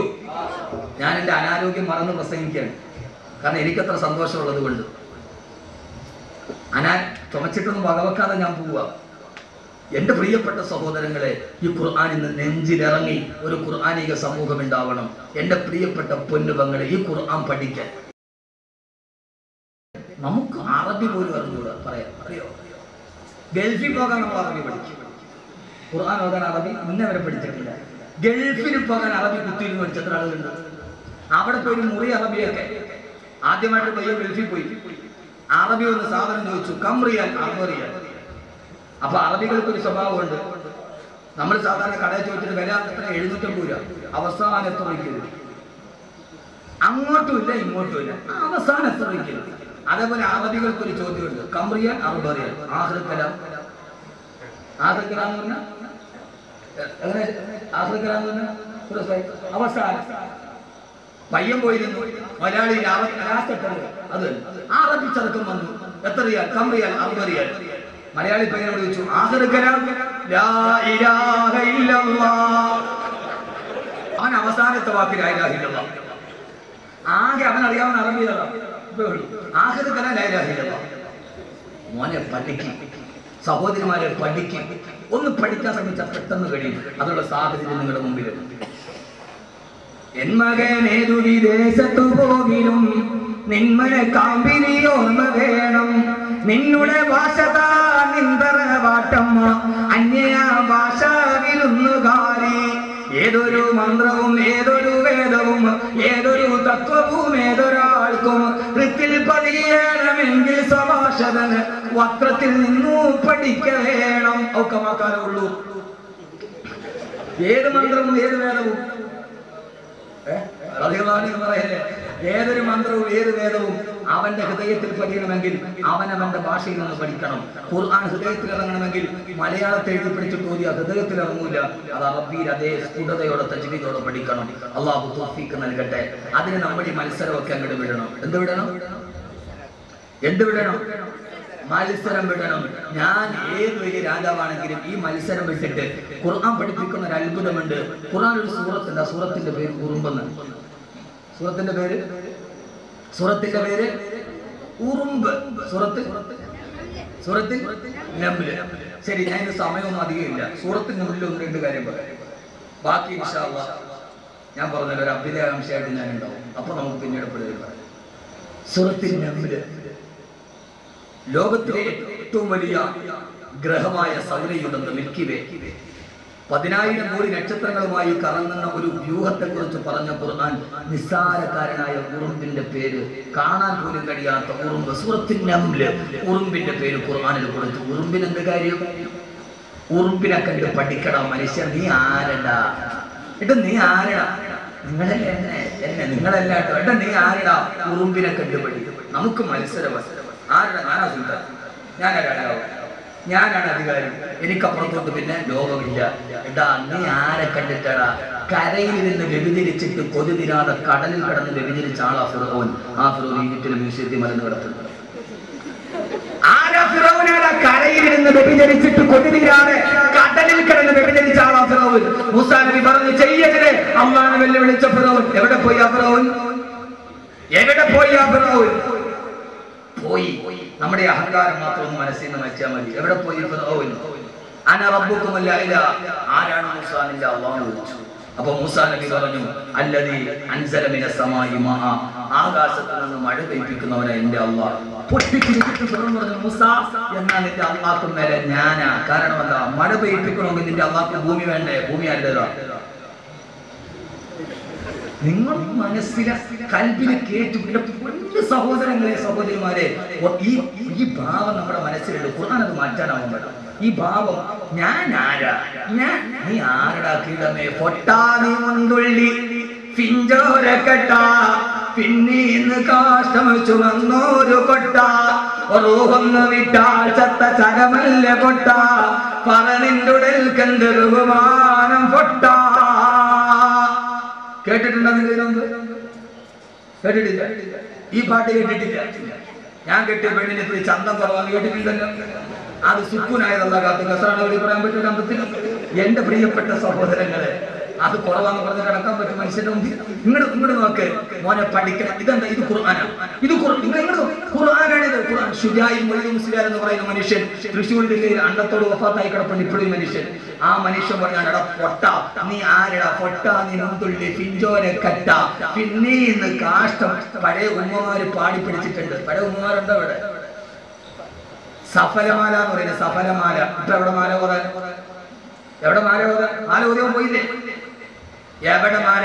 മോനെ ഇതാണ് മാല. പണ്ടത്തെ ഉമ്മമാര് പാടും. ഇപ്പോഴത്തെ ഉമ്മമാര് 98 വയസ്സായി 2 സീസിങ്ങൾ അടയ്ക്കാനുണ്ട്. എന്നാലും ഉമ്മമാർക്ക് അത് അറിഞ്ഞുകൂടാ. പഴയ എന്റെ ഉമ്മ ഇത് പാടി തന്നത് കേട്ടാ ഞാൻ പഠിച്ചു. എന്താ ഇത്? ഖുർആനാണ്. ഖുർആനാണ്. എടാ പൊട്ട, നീ എന്ത് കണ്ടിട്ടടാ അഹങ്കരിക്കണം? നീ ആരടാ പൊട്ട? നീ മുന്തുള്ളി ഫിഞ്ചോരക്കട്ട, പിന്നീന്ന് കാഷ്ടം ചുമന്ന ഒരു കൊട്ട. എടാ നീ ഉമ്മാടെ ഉമ്മ വാപ്പാടെ ആര് തൊടാനടയ്ക്കുന്ന കണ്ടാലുടനെ തുടച്ചു മാറ്റാൻ വ്യഗ്രത കാണിക്കുന്ന ഒരു തുള്ളിയിൽ നിന്ന് നിന്നെ സൃഷ്ടിച്ചതല്ലടാ മനുഷ്യ. ഇപ്പൊ നിന്നെ സൃഷ്ടിച്ചിട്ട് നീ ഇപ്പൊ ആരാ? നെഞ്ചും വിരിച്ചിട്ട് അങ്ങനെ നടക്ക. ഇപ്പൊ നീ ആരാ മോനെ? പിന്നീന്ന് കാഷ്ടം ചുമന്ന ഒരു കൊട്ട, കുറെ കാഷ്ടവൻ ചുമന്നുകൊണ്ട് നടക്കുന്ന ഒരുമാതിരി മൊബൈൽ ടോയ്ലറ്റാണ്. ഞാൻ അപ്പുറത്തോട്ടൊന്നുമില്ല. എന്റെ പ്രിയപ്പെട്ട സഹോദരങ്ങളെ, ഈ വസ്ത്രത്തിന്റെ ഉള്ളിൽ നീ ആരാ? കുറെ കാഷ്ടവൻ ചുമന്നുകൊണ്ട് നടക്കുന്ന ഒരുമാതിരി മൊബൈൽ ടോയ്ലറ്റ്. കാന പീന സോന ഹഗ്ന. തീർന്നു, വിഷയം തീർന്നു. എന്നിട്ട് ഇങ്ങനെ നടക്ക. ഞാൻ ആരാ? ദുനിയാവിൽ ആർക്ക് സുൽത്താനാവും? ദുനിയാവിലെ സുൽത്താനാവാൻ ആഖിറത്തിലെ സുൽത്താനാവാൻ പ്രശ്നം. ദുനിയാവിൽ ആർക്കുമാവും, പക്ഷേ ആഖിറത്തിലെ സുൽത്താനാവാൻ കഴിയണം. അതുകൊണ്ടാണ് ഖുർആൻ പറഞ്ഞത്. എന്തിനോടാണ് ഈ മത്സരം? എന്തിനാ? അല്ലാഹുവിന്റെ വിശുദ്ധമായ ഖുർആനിൽ അധ്യായത്തിന് പേര് വെച്ച് സൂറത്തുൻ നംൽ, ഉറുമ്പെന്ന് പേര് വെച്ച് അല്ലാഹുവിന്റെ വിശുദ്ധ ഖുർആനിന്. എന്തെന്നറിയോ മനുഷ്യ? ഉറുമ്പിനെ കണ്ടു പഠിക്കുക. മനുഷ്യ, ഉറുമ്പിനെ കണ്ടു പഠിക്കുക. അല്ലാഹുവിന്റെ ഖുർആൻ പറഞ്ഞ സൂറത്തിൽ നിന്ന് ഉറുമ്പിനെ കണ്ടുപിടിക്കുക.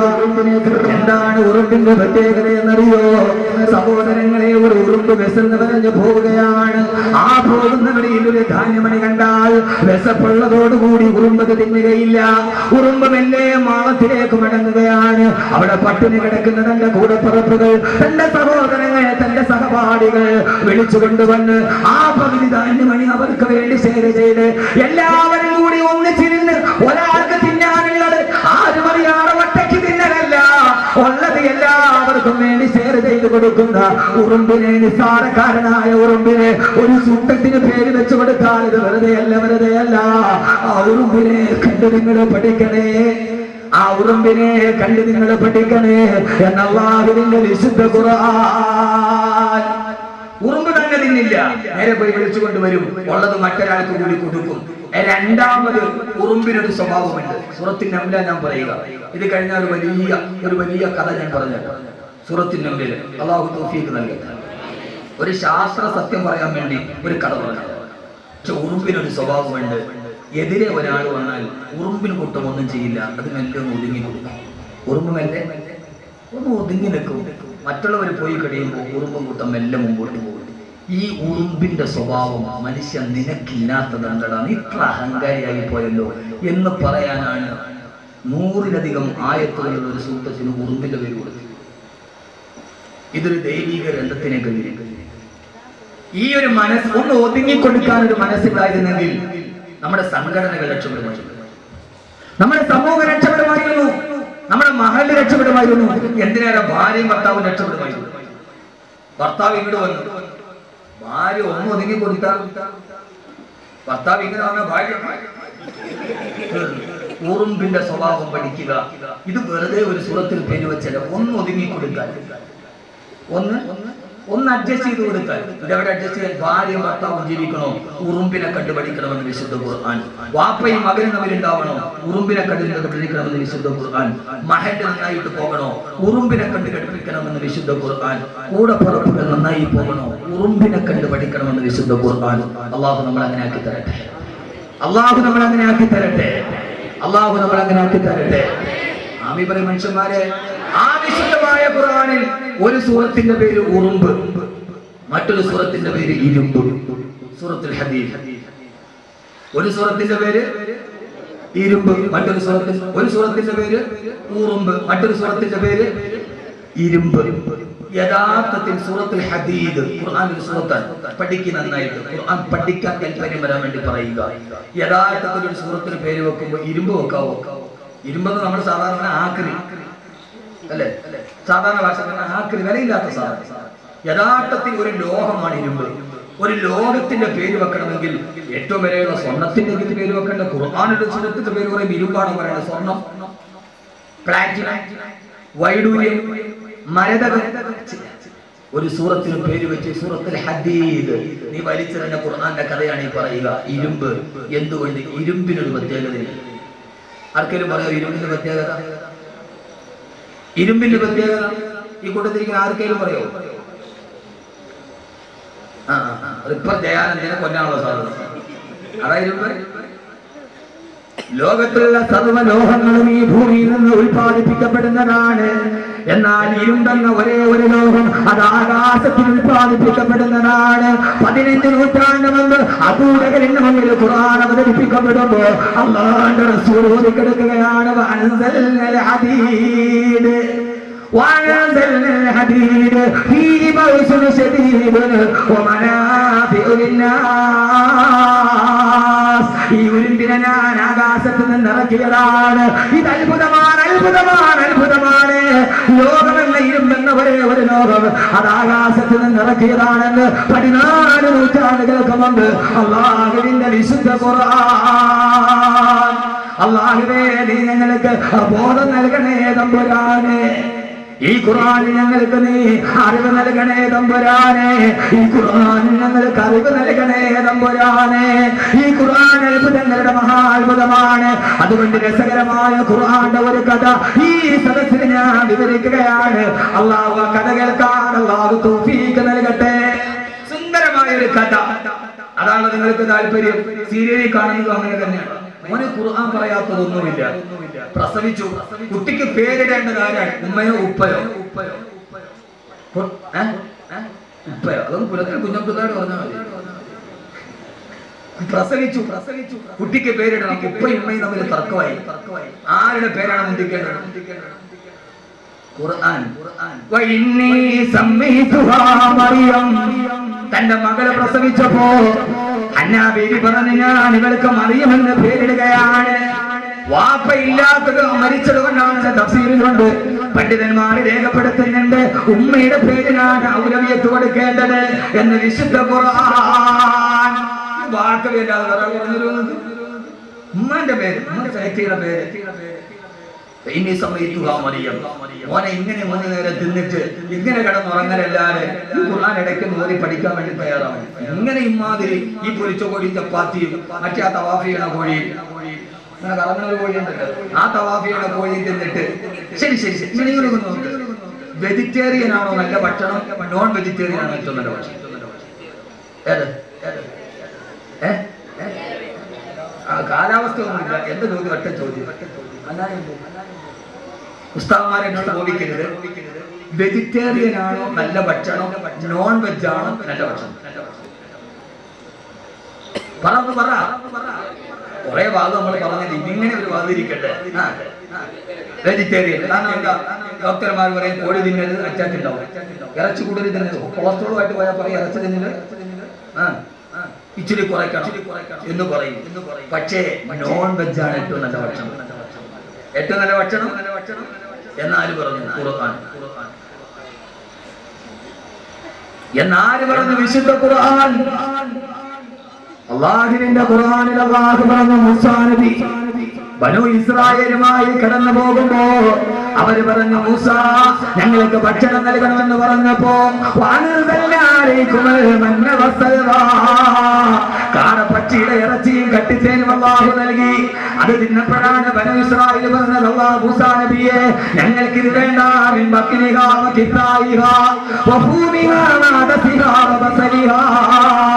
ഞങ്ങൾക്കിനി പച്ചപ്പയറും ഉള്ളിയും ഗോതമ്പും വെജിറ്റേറിയൻ മതി.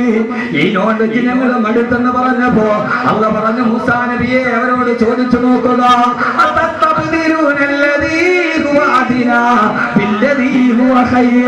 ഏറ്റവും നല്ല ഭക്ഷണം നിങ്ങൾ ഏറ്റവും താഴ്ന്ന ഭക്ഷണം നിങ്ങൾ ചോദിക്കുകയാണോ? ഇറച്ചി നിന്നുകൊണ്ട് നടന്ന നിങ്ങൾ ഏറ്റവും താഴ്ന്ന വെജിറ്റേറിയന്റെ ഭക്ഷണം നിങ്ങൾ ചോദിക്കുകയാണോ എന്ന് അല്ലാഹുവിന്റെ വിശുദ്ധ ഖുർആൻ. ഇതെന്റെ കണ്ടുപിടുത്താണ്. ഇത് ബുഖാരിയിലുണ്ടോന്ന് ചോദിച്ചാൽ ഇല്ല. ബുഖാരിയിലും മുസ്ലിമിലുണ്ടോ എന്ന് ചോദിച്ചാൽ ഇല്ല. കാരണം ഏറ്റവും നല്ല മാംസത്തിന്റെ ഇറച്ചി നിങ്ങൾക്ക് തന്നിട്ട് അതിന് ഏറ്റവും താഴ്ന്ന വെജിറ്റേറിയനാണ് നിങ്ങൾ ചോദിക്കുക. അപ്പൊ ഉസ്താദെ കോഴി തന്നാൽ അറ്റാക്ക് വരുന്നതോ? ഇത് 40 ദിവസം കൊണ്ട് ഗർഭിണിയായി പ്രസവിക്കണ കോഴി തിന്നിട്ടാണ് നാടൻ കോഴി ഉപ്പാപ്പാക്ക് ഇന്നവരെ അറ്റാക്ക് വന്നിട്ടില്ല. അള്ളാഹു ദീർഘായുസ് നൽകട്ടെ. ഇന്നവരെ കുഴപ്പമുണ്ട്. കലർപ്പില്ലാത്ത ഭക്ഷണം കഴിച്ചവരാണ്. കലർപ്പില്ലാത്ത ഭക്ഷണം കഴിച്ചവരാണ് അവർ. മാത്രവുമല്ല അവര് കഴിച്ച ഭക്ഷണത്തിന് ശുക്രുള്ളവരാണ്. പണ്ട് കാലത്ത് വീട്ടിൽ തേങ്ങയിട്ടാൽ ആ വീടിന്റെ കോങ്കലിൽ പടിഞ്ഞാറേ മൂലയിൽ ഒരളക്കത്തേങ്ങ തൂങ്ങിക്കിടക്കും. 400 തേങ്ങയിട്ടാൽ 10 തേങ്ങ എടുത്തതിന്റെ തൊണ്ട് ഒരൽപ്പം വലിച്ച് വീടിന്റെ കോങ്കലിൽ കെട്ടിത്തൂക്കിയിടും. റബീൽ ഒരു 12 ആ തേങ്ങയിൽ നിന്ന് 10 തേങ്ങ എടുത്ത് അരച്ച് പായസം വെച്ച് വാപ്പയും കുടുംബാംഗങ്ങളും മൗലൂദ് കൊടുത്തു. അതുകൊണ്ട് അന്നത്തെ തേങ്ങ മണ്ടരിയില്ലാത്ത തേങ്ങയായിരുന്നു. ഇന്ന് നമ്മൾ ആ തേങ്ങ തിന്നിട്ട് പോകാൻ പാടില്ല എന്ന് പറഞ്ഞു. ആ തേങ്ങ തന്നെ പോയി. പണ്ടത്തെ അവർക്ക് ഒരു തേങ്ങ കിട്ടിയാൽ ഈ പഴയ സമൂഹത്തിന് റസൂലുള്ളാഹി ഉറപ്പുണ്ടായിരുന്നു. ഇന്നത് പോയി. അല്ലാഹു നമ്മളെ കാത്തുരക്ഷിക്കുമാറാകട്ടെ. ആദ്യമായി പെട്ടെന്ന് ഒരു കഥ പറയുന്നതിന് ആദ്യമായി അപ്പൊ വെജാണോ നോൺ വെജാണോ ഏറ്റവും നല്ലത്? ഇനി തിരിച്ചു പറയാനും ചോദിച്ചാൽ പറയോ? ഇല്ല. ഒരു രാഷ്ട്രത്തെ ലോകത്തറിയുന്നത് ജനസംഖ്യ വെച്ച ഇന്ത്യ 100 കോടി, അമേരിക്ക 84 കോടി. ലോകത്താദ്യമായി ജനസംഖ്യ പറഞ്ഞത് ഖുർആനാണ്. ലോകത്താദ്യമായി ജനസംഖ്യ പറഞ്ഞത് ഖുർആനാണ്. ഈ 12 വയസ്സുകാരന്റെ മനസ്സിലിരുന്ന ഖുർആനാണ്. ഈ കയ്യിലിരിക്കുന്ന ആയത്താണ്.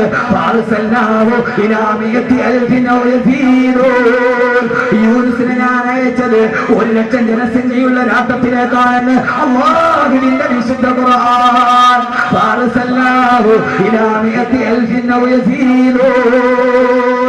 ഇങ്ങനെ എത്ര പറയാൻ സമയമില്ല.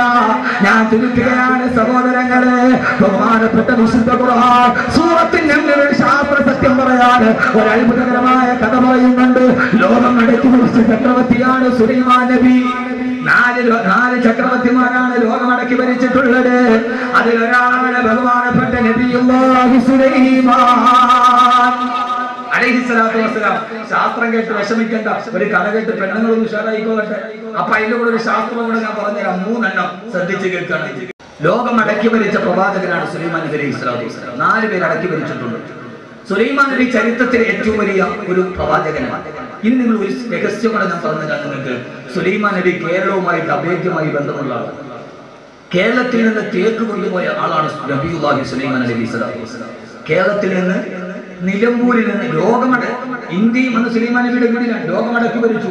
കേരളത്തിൽ നിന്ന് തേക്ക് കൊണ്ടുപോയ ആളാണ്. നിലമ്പൂരിൽ നിന്ന് തേക്ക് കൊണ്ടുപോയ ആളാണ് സുലൈമാൻ നബി അലൈഹിസ്സലാത്തു വസ്സലാം. സുലൈമാൻ നബിയുടെ കാലഘട്ടത്തിൽ സുലൈമാൻ നബിക്ക് 2 തുറമുഖം ഉണ്ടായിരുന്നു. ഒന്ന് ബാഫാർ. ആ ബാഫാറാണ് ഇപ്പോഴത്തെ ബേപ്പൂർ. രണ്ടാമത്തേത് കറാച്ചിയിലാണ്. അന്ന് കറാച്ചി ഇന്ത്യയുടെ ഭാഗമാണ്. പഠിക്ക് നന്നായിട്ട്. ചരിത്രമാണിത്. വാക്കവി വെറുതെ പറയുന്നതല്ല. ആദം നബിയുടെ 2 മക്കൾ തമ്മിൽ കാബീലും ഹാബീലിനെ കൊന്നു. ആ സംഭവം നടന്നത് തമിഴ്നാട്ടിലെ രാമനാഥപുരത്താണെന്ന് ചരിത്രകാരന്മാരെ രേഖപ്പെടുത്തിയിട്ടുണ്ട്. ഖുർആനിൽ പറയുന്ന സംഭവം ചരിത്രം വെറുതെയല്ല. അതിന്റെ കഥ കാബീലും ഹാബീലിനെ കൊന്നല്ലോ അറിയില്ലേ? ആദം നബിയുടെ 2 മക്കൾ. ആ കൊല നടന്നത് എവിടെ വെച്ചാ? തമിഴ്നാട്ടിലെ രാമനാഥപുരത്ത് വെച്ച്. അത്ഭുതം ഉണ്ടോ? കാരണം ആദം നബി ജീവിച്ചത് ഇന്ത്യയിലല്ലേ? ആദം നബി ജീവിച്ചത് ഇന്ത്യയിലല്ലേ? സ്വർഗത്തിൽ അല്ലാഹു ആദം നബിയെ പുറത്താക്കി. ആദം നബി എവിടെ വന്നു? സിലോണിൽ വന്നു. ഹവ്വാ ബീവി എവിടെ പോയി? എവിടെ? ജിദ്ദയല്ല, ജിദ്ദ മലയാളിയാക്കിയതാണ്. ജദ്ദ. അറബികൾ ജദ്ദ എന്ന് പറയുക. വെല്ലുമാട നാട്. ആദം നബി ഇന്ത്യയിൽ വന്നു. ഹവ്വാ ബീവി ജദ്ദയിൽ വന്നു. കൂടെ ഒരു മഹാനവറുകളെ പുറത്താക്കി. ആരെ? ഇബ്ലീസ്. ഇബ്ലീസ് എവിടെ ഇറങ്ങി? ഇബ്ലീസ് കൂടെ ഇറങ്ങി. ഇബ്ലീസ് എവിടെ ഇറങ്ങി? ഇബ്ലീസ് ജോർദാനിൽ ഇറങ്ങി. ആദം നബി അലൈഹിസ്സലാത്തു വസ്സലാം വന്നത് ഇന്ത്യയിലേക്കാണ്. ഇന്ത്യയിൽ വന്ന് 300 വർഷം ആദം നബി അല്ലാഹുവിനോട് തൗബ ചെയ്ത് കരഞ്ഞു. അല്ലാഹുവേ, റബ്ബനാ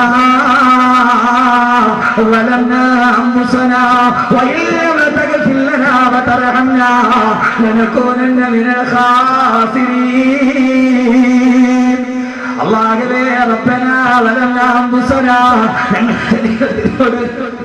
ഞങ്ങൾ തെറ്റുകൾ ചെയ്തു അല്ലാഹുവേ വൈലം തഗ്ഫിർലനാ നീ ഞങ്ങൾക്ക് പുറത്തു തന്നില്ലെങ്കിൽ വതർഹംനാ നീ ഞങ്ങളോട് കരുണ കാണിച്ചില്ലെങ്കിൽ ലനകൂനന്ന മിനൽ ഖാസിരീൻ ഞങ്ങൾ പരാജയപ്പെട്ടു പോകും അല്ലാഹുവേ 100 വർഷം ആദം നബി നിന്ന് കരഞ്ഞു 100 വർഷം ആദം നബി ഇരുന്ന് കരഞ്ഞു 100 വർഷം ആദം നബി കടന്നു കരഞ്ഞു 300 വർഷം ആദം നബി കരഞ്ഞപ്പോ ആദം നബിയുടെ കണ്ണുനീരിൽ നിന്ന് 3 വൃക്ഷങ്ങൾ പൊട്ടി വളച്ചു വന്നു. ഒന്ന് ഊതു മരം, 2 സന്തരു ചന്ദനം, 3 ഇഞ്ചി. ഈ 3 ചെടികൾ ആദം നബിയുടെ കണ്ണുനീര് വീണ സ്ഥലത്ത് നിന്നാണ് പൊട്ടി വളച്ചത്. ലോകത്തിലെ ഏറ്റവും നല്ല ഊത് കിട്ടുന്നത് ആദം നബി 300 വർഷം കരഞ്ഞു. കണ്ണുനീര് വീണ സ്ഥലത്ത് 3 സസ്യങ്ങൾ പൊട്ടി മുളച്ചു വന്നു. ആദം നബിയുടെ കണ്ണുനീര് വീണ സ്ഥലത്ത് ഒന്ന് ഊത്. ലോകത്തിലെ ഏറ്റവും വലിയ നല്ല ഊത് കിട്ടുന്നത് കൊടുക്കുന്നത് ഇന്ത്യയിൽ. ലോകത്തിലെ ഏറ്റവും നല്ല 2 ചന്ദനം ഏറ്റവും നല്ല ചന്ദനം ഇന്ത്യയിലേത്. ലോകത്തിലെ ഏറ്റവും നല്ല ഇഞ്ചി ഇന്ത്യയിലേത്. അപ്പൊ ആദം നബി കരഞ്ഞത് സമ്മതിച്ചല്ലോ. അപ്പൊ ആദം നബി കരഞ്ഞത്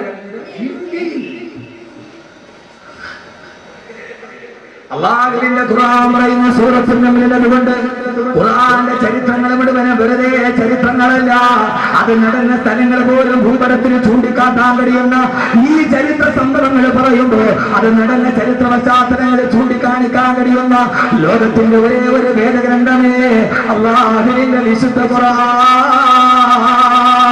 സുലൈമാൻ നബിക്കൊരു മരംകൊത്തി ഉണ്ടായിരുന്നു. ലോകം മുഴുവനും മടക്കി ഭരിക്കുന്ന സുലൈമാൻ നബിയുടെ മെസ്സഞ്ചറാണ് മരംകൊത്തി. രാവിലെ ആ മരംകൊത്തി പോകും, വൈകുന്നേരമാകുമ്പോ മരംകൊത്തി തിരിച്ചു വരും. അതേവരെ ആ നാട്ടിൽ നടക്കുന്ന മുഴുവൻ ന്യൂസും പറയുന്ന സുലൈമാൻ നബിയുടെ അൽ ജസീറയാണ് മരംകൊത്തി, സുലൈമാൻ നബിയുടെ BBC ആണ് മരംകൊത്തി, സുലൈമാൻ നബിയുടെ ഏഷ്യാനെറ്റ് ന്യൂസാണ് മരംകൊത്തി. മുഴുവൻ കൊടുമുടികളും പറഞ്ഞു നടന്ന് സർവ്വ രഹസ്യങ്ങളും കൊടുക്കുന്ന മരംകൊത്തി. ഖുർആൻ പറയാൻ ഒരു ദിവസം ഒരു സുന്ദരമായ കഥ. ഇതൊരു റൊമാന്റിക് ഭാവനയല്ല, ഇത് മേരി ശല്ലിയുടെ കഥയല്ല, ഇത് സാഹിത്യമില്ല, തൈരികമല്ല, ഇത് മിത്തല്ല, കഥനങ്ങളല്ല. ആ വൈകുന്നേരം തന്നെ മരംകൊത്തിയെ കാത്തു നിൽക്കുമ്പോ മരംകൊത്തി വന്നിട്ടില്ല. സുലൈമാൻ നബിക്ക് സന്ധ്യയായി, സുലൈമാൻ നബിക്ക് ദേഷ്യമായി. സുലൈമാൻ നബി പറഞ്ഞു, മരംകൊത്തി വരാത്തതെന്താ? ലൗഅദിബന്നഹു അദാബൻ ശദീദാ ഔ ലഅദ്ബഹന്നഹു ഔ ലയഅതിയനി ബിൻ സുൽത്താനിൻ മുബീൻ.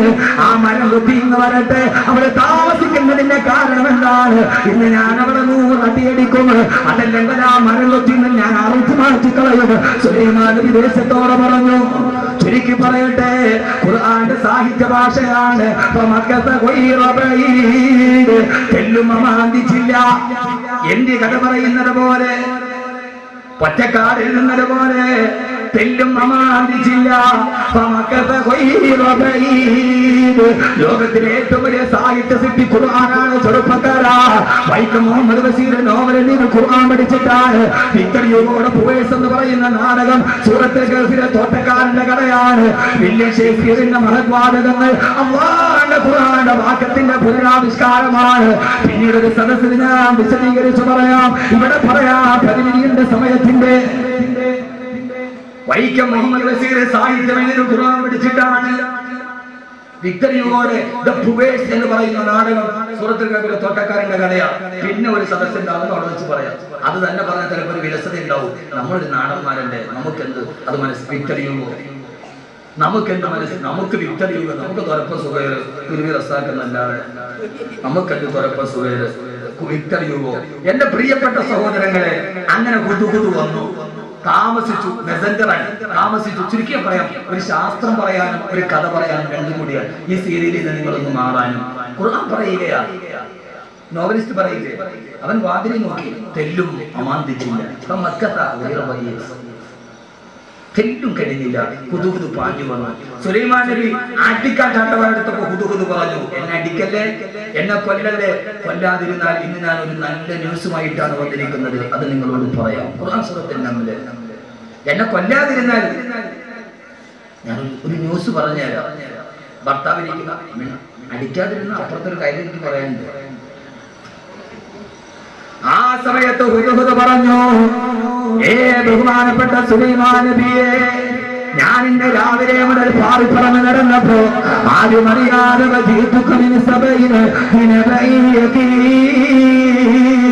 സഭ എന്ന് പറയുന്ന ഒരു ഫലഭൂയിഷ്ടമായ സമ്പൽ സമൃദ്ധമായ രാജ്യത്തിന് ഞാൻ പോയി. അവിടെ ചെന്നപ്പോ സുലൈമാൻ നബിയെ തന്നിരിക്കും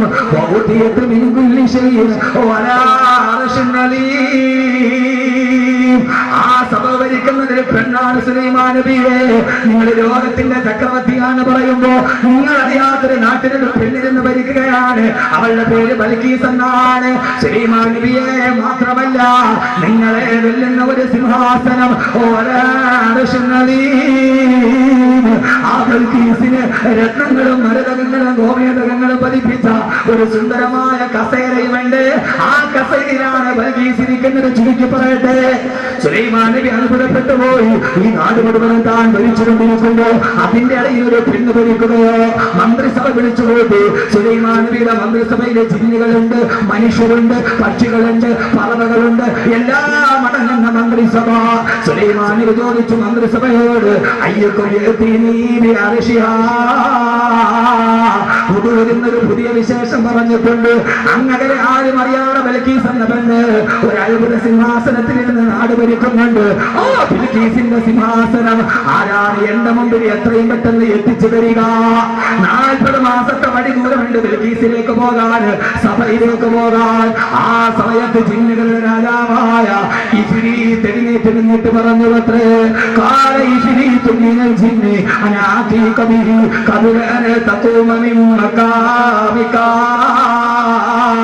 സുലൈമാൻ നബിയെ, അങ്ങിരിക്കുന്നിടത്ത് നിന്ന് എഴുന്നേൽക്കുന്നതിന് മുമ്പ് 40 മാസം വഴി ദൂരമുള്ള സിംഹാസനം ഞാൻ അങ്ങയുടെ മുമ്പിൽ കൊണ്ടുവന്നരാം സുലൈമാൻ നബിയെ. സുലൈമാൻ നബി മന്ത്രിസഭ വിളിച്ചുകൂട്ടി.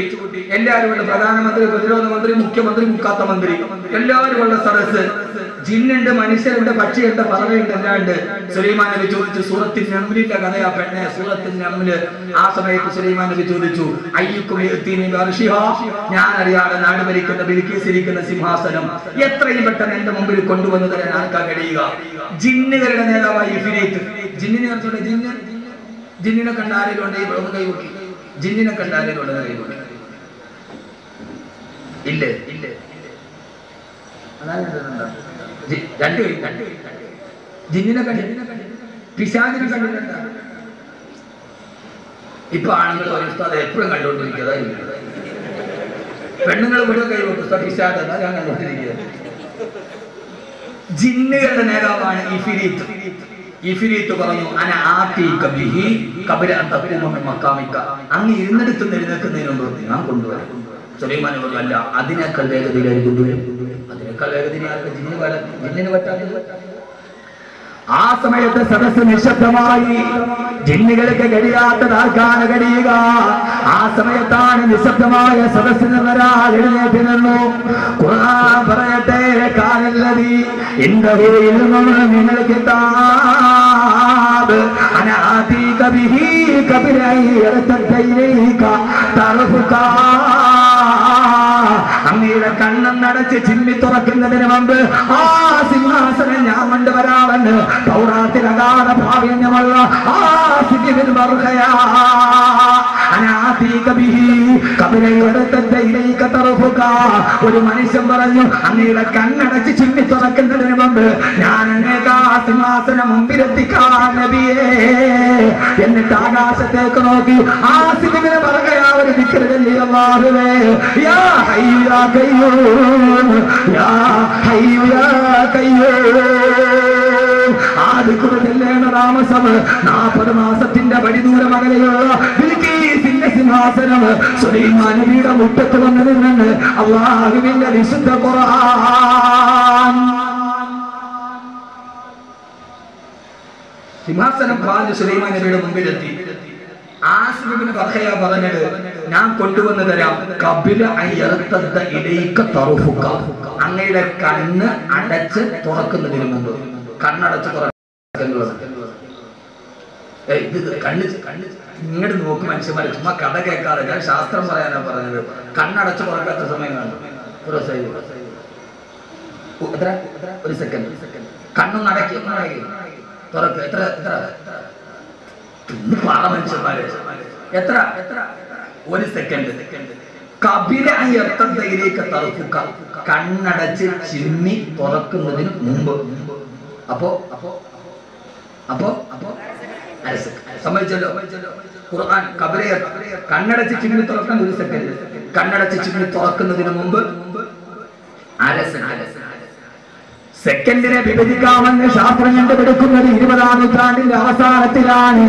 സെക്കൻഡിനെ വിഭജിക്കാമെന്ന് സുലൈമാൻ നബിയുടെ കൊട്ടാരത്തിൽ ഒരു മനുഷ്യൻ പറയുന്നത് BC 1050-ലാണ്.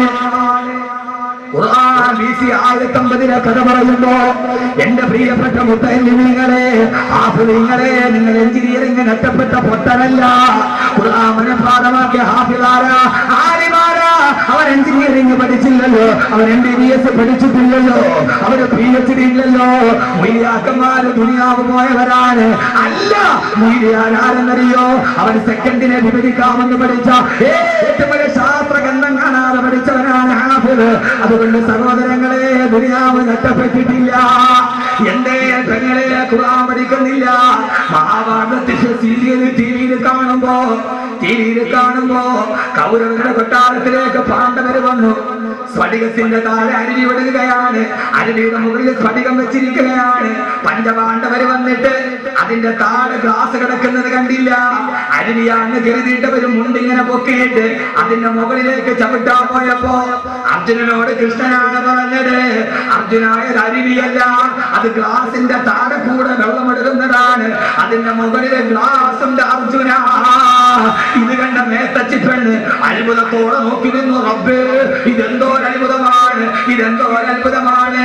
പെങ്ങളെ, സൂറത്തിന്റെ നമ്രോട് ബിൽഖീസ് സുലൈമാൻ നബിയുടെ കൊട്ടാരത്തിൽ വന്നു. കൊട്ടാരത്തിന്റെ മുമ്പിലെത്തിയപ്പോ അതിന്റെ താഴെ കൂടെ അരുവിയൊടുന്നു. മുകളിൽ സ്ഫടികം വെച്ചിട്ടുണ്ട് സുലൈമാൻ നബിയുടെ കൊട്ടാരത്ത്. ബിൽഖീസ് അതിലേക്ക് കാലെടുത്ത് വെച്ചപ്പോ ഖുർആൻ പറയുകയാണ്, തന്റെ കണങ്കാലിന്റെ മുകളിലേക്ക് സാരി പൊക്കി അപ്പുറത്ത് നിന്നിട്ട് സുലൈമാൻ നബി പറഞ്ഞു, ഇത് അരുവിയല്ല, സ്ഫടികമാണ്, ബിൽഖീസേ ചവിട്ടിക്കൊള്ളുക. ഇത് അവർക്ക് അതീ കണ്ടപ്പോൾ അത്ഭുതമായിട്ട് തോന്നിയത്. ഖുർആൻ ഇന്ന് അവര് ബൽക്കീസ് സുലൈമാൻ നബിയുടെ കൊട്ടാരത്തിലെത്തി. ഫ്രണ്ടിൽ ഗ്ലാസ്, താഴെ അരുവി. ബൽക്കീസ് വരിച്ചു, ഇത് അരുവിയാണ്. അവളുടെ കണ്ണങ്കാലം മുകളിലിട്ട് അവള് സാരി പൊക്കി. അന്ന് സാരി ഉണ്ടായിരുന്നൊന്നും ചോദിക്കരുത്, അവൾ ഉടുത്തിരുന്ന എന്തോ ഒരു സുനാപ്പി പൊക്കി. ഇതില് നല്ല വലിയ ബുദ്ധിമാന്മാരുണ്ടോ? സാരി പൊക്കി, സാരി ഉണ്ടായിരുന്നു. അങ്ങനത്തെ കുറെ ബുദ്ധിത്വഹീനങ്ങളുണ്ട്. അവിടെ ഞാൻ പറഞ്ഞ അന്ന് അവൾ ഉടുത്തിരുന്ന എന്തോ ഒരു സുനാപ്പി അതങ്ങനത്തെ പൊക്കി. അവൾ ആ കണങ്കാലിന്റെ മുകളിലേക്ക് പൊക്കി. എന്റെ പൊന്നു ചെറുപ്പക്കാരാ, ഈ ഖുർആൻ ഇങ്ങനെ ലോകത്തിന്റെ മുമ്പിൽ പറഞ്ഞു കൊടുക്കാൻ നിനക്ക് പറ്റുമോ? ഇത് ഖുർആന്റെ ചെറിയ വിവരണമാണ്. കഥയും കഥനവും ഐതിഹ്യവും മിത്തും ശാസ്ത്രവും വൈദ്യശാസ്ത്രവും സർവ്വതും ഖുർആൻ പറഞ്ഞ് നമ്മൾ പഠിച്ചു. അതോടൊപ്പം തന്നെ ഖുർആൻ ഏറ്റവും വലിയ അത്ഭുതമായത്, നന്നായിട്ട് ഇതിന്റെ പരിസമാപ്തി ഞാൻ കുറിക്കും. ഖുർആൻ അത്ഭുതമായത് ലോക ചരിത്രത്തിലെ ഏറ്റവും വലിയ കിരാതരായ മനുഷ്യന്റെ ഹൃദയത്തിലേക്ക്, ഞാൻ പറഞ്ഞല്ലോ, കൊല്ലാൻ വന്ന ഫുവാല, കാലം മണ്ണിലിട്ട് ഉൽപ്പിച്ചിട്ട് അങ്ങോട്ട് പോയപ്പോൾ വ്യഭിചരിച്ചിട്ട് പോയ ഫുവാല തിരിച്ചു പോകുമ്പോൾ ഫുവാല മുസ്ലിമായി. ഇനി വ്യഭിചരിക്കില്ല എന്ന് പറയാൻ ഒരു ഗ്രന്ഥത്തിന് കഴിയുന്നെങ്കിൽ ഇന്നിവിടെ നടക്കുന്ന ദൗത്യം അതാണ്. ഖുർആനിലെ ഏറ്റവും വലിയ പേടിപ്പെടുത്തുന്ന ആയത്ത്, കീഴ്പ്പെടുത്തുന്ന മക്കയിലെ ഏറ്റവും വലിയ കുഫാറുകൾ, അവരോട് നബി സല്ലല്ലാഹു അലൈഹി വസല്ലം നമ്മളെ പോലെ തന്നെ പള്ളിയിലെ മുസ്ലിയാർ പരീക്ഷയ്ക്കെതിരെ പറഞ്ഞാൽ പിറ്റേ ദിവസം രാജി ഉറക്കും, ഒന്നീ രാജി ലഭിക്കും അല്ലെങ്കിൽ വെക്കും.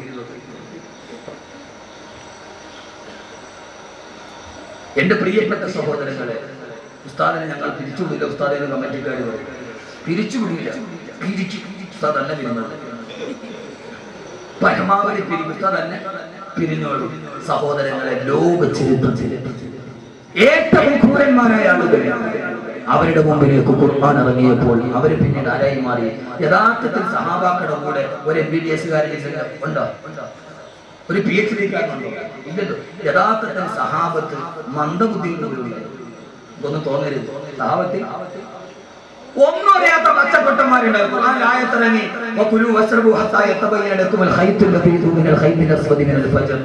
കറുത്ത നൂലിൽ നിന്ന് വെറുത്ത നൂല് വേർപെട്ട് വരുന്നത് വരെ നിങ്ങൾ ഇടയത്താഴം കഴിച്ചോളൂ. ഖുർആൻ ഒരു സാഹിത്യമാണ്. കറുത്ത നൂലിൽ നിന്ന് വെളുത്ത നൂല് വേർപെടുന്നത് വരെ നിങ്ങൾ ഇടയത്താഴം കഴിച്ചോളുക.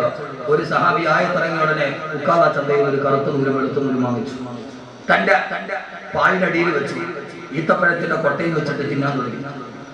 ഓരോ സമയത്തും പായ് പൊക്ക് നോക്കും, കറുത്ത നൂലിന് വെളുത്ത നൂല് വെളിവായി ഒന്നുമില്ല.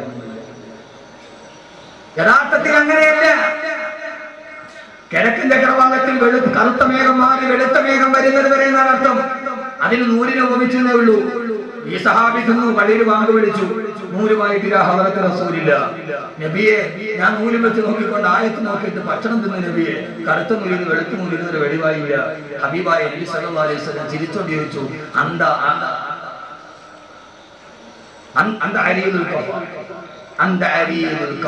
നീ ഇത്രയ്ക്ക് വലിയ പമ്പര കിട്ടിയായല്ലോ സഹാബി. അത്രയ്ക്ക് വലിയ വിവരം അവർക്കുണ്ടായിരുന്നില്ല. അവരോടാണ് അല്ലാഹുവിന്റെ റസൂൽ പറഞ്ഞത്, ഇല്ല, നാളെ പരലോകമുണ്ട്, മരണാനന്തരം ഒരു ജീവിതമുണ്ട്, ഈ രാത്രിയും ശാശ്വതമല്ല, മദ്യപാനത്തോട് വിട പറയണമെന്ന് പറഞ്ഞപ്പോ അല്ലാഹുവിന്റെ റസൂൽ കഅബാലയത്തിന്റെ മത്താഫിലിരുന്ന് ഖുർആൻ ഓതിയപ്പോ പ്രവാചകനെ പരിഹസിച്ചുകൊണ്ട് കഅബാലയത്തിന്റെ മത്താഫിലിരുന്ന് വെല്ലുവിളിച്ച ആളുകളുടെ നേരെയാണ് അല്ലാഹുവിന്റെ ഖുർആനിലെ ഏറ്റവും പേടിപ്പെടുത്തുന്ന ആയത്തിറങ്ങിയത്. അല്ലാഹുവിന്റെ റസൂൽ ഖുർആൻ ഓതി കിടക്കുമ്പോ കഅബാലയത്തിന്റെ മത്താഫിൽ നിന്നിട്ട് ആ നാട്ടിലെ ചെറുപ്പക്കാര് പരിഹസിച്ചു അത്രേ, അഹിയാനൻ നജുറു ഇലാ അഖീനാ ഇദാ ലം യജുറു ബിഹി ഇല്ലാ ഖാനാ, അഹിയാനൻ നജുറു ഇലാ അഖീനാ ഇദാ ലം യജുറു ബിഹി ഇല്ലാ ഖാനാ.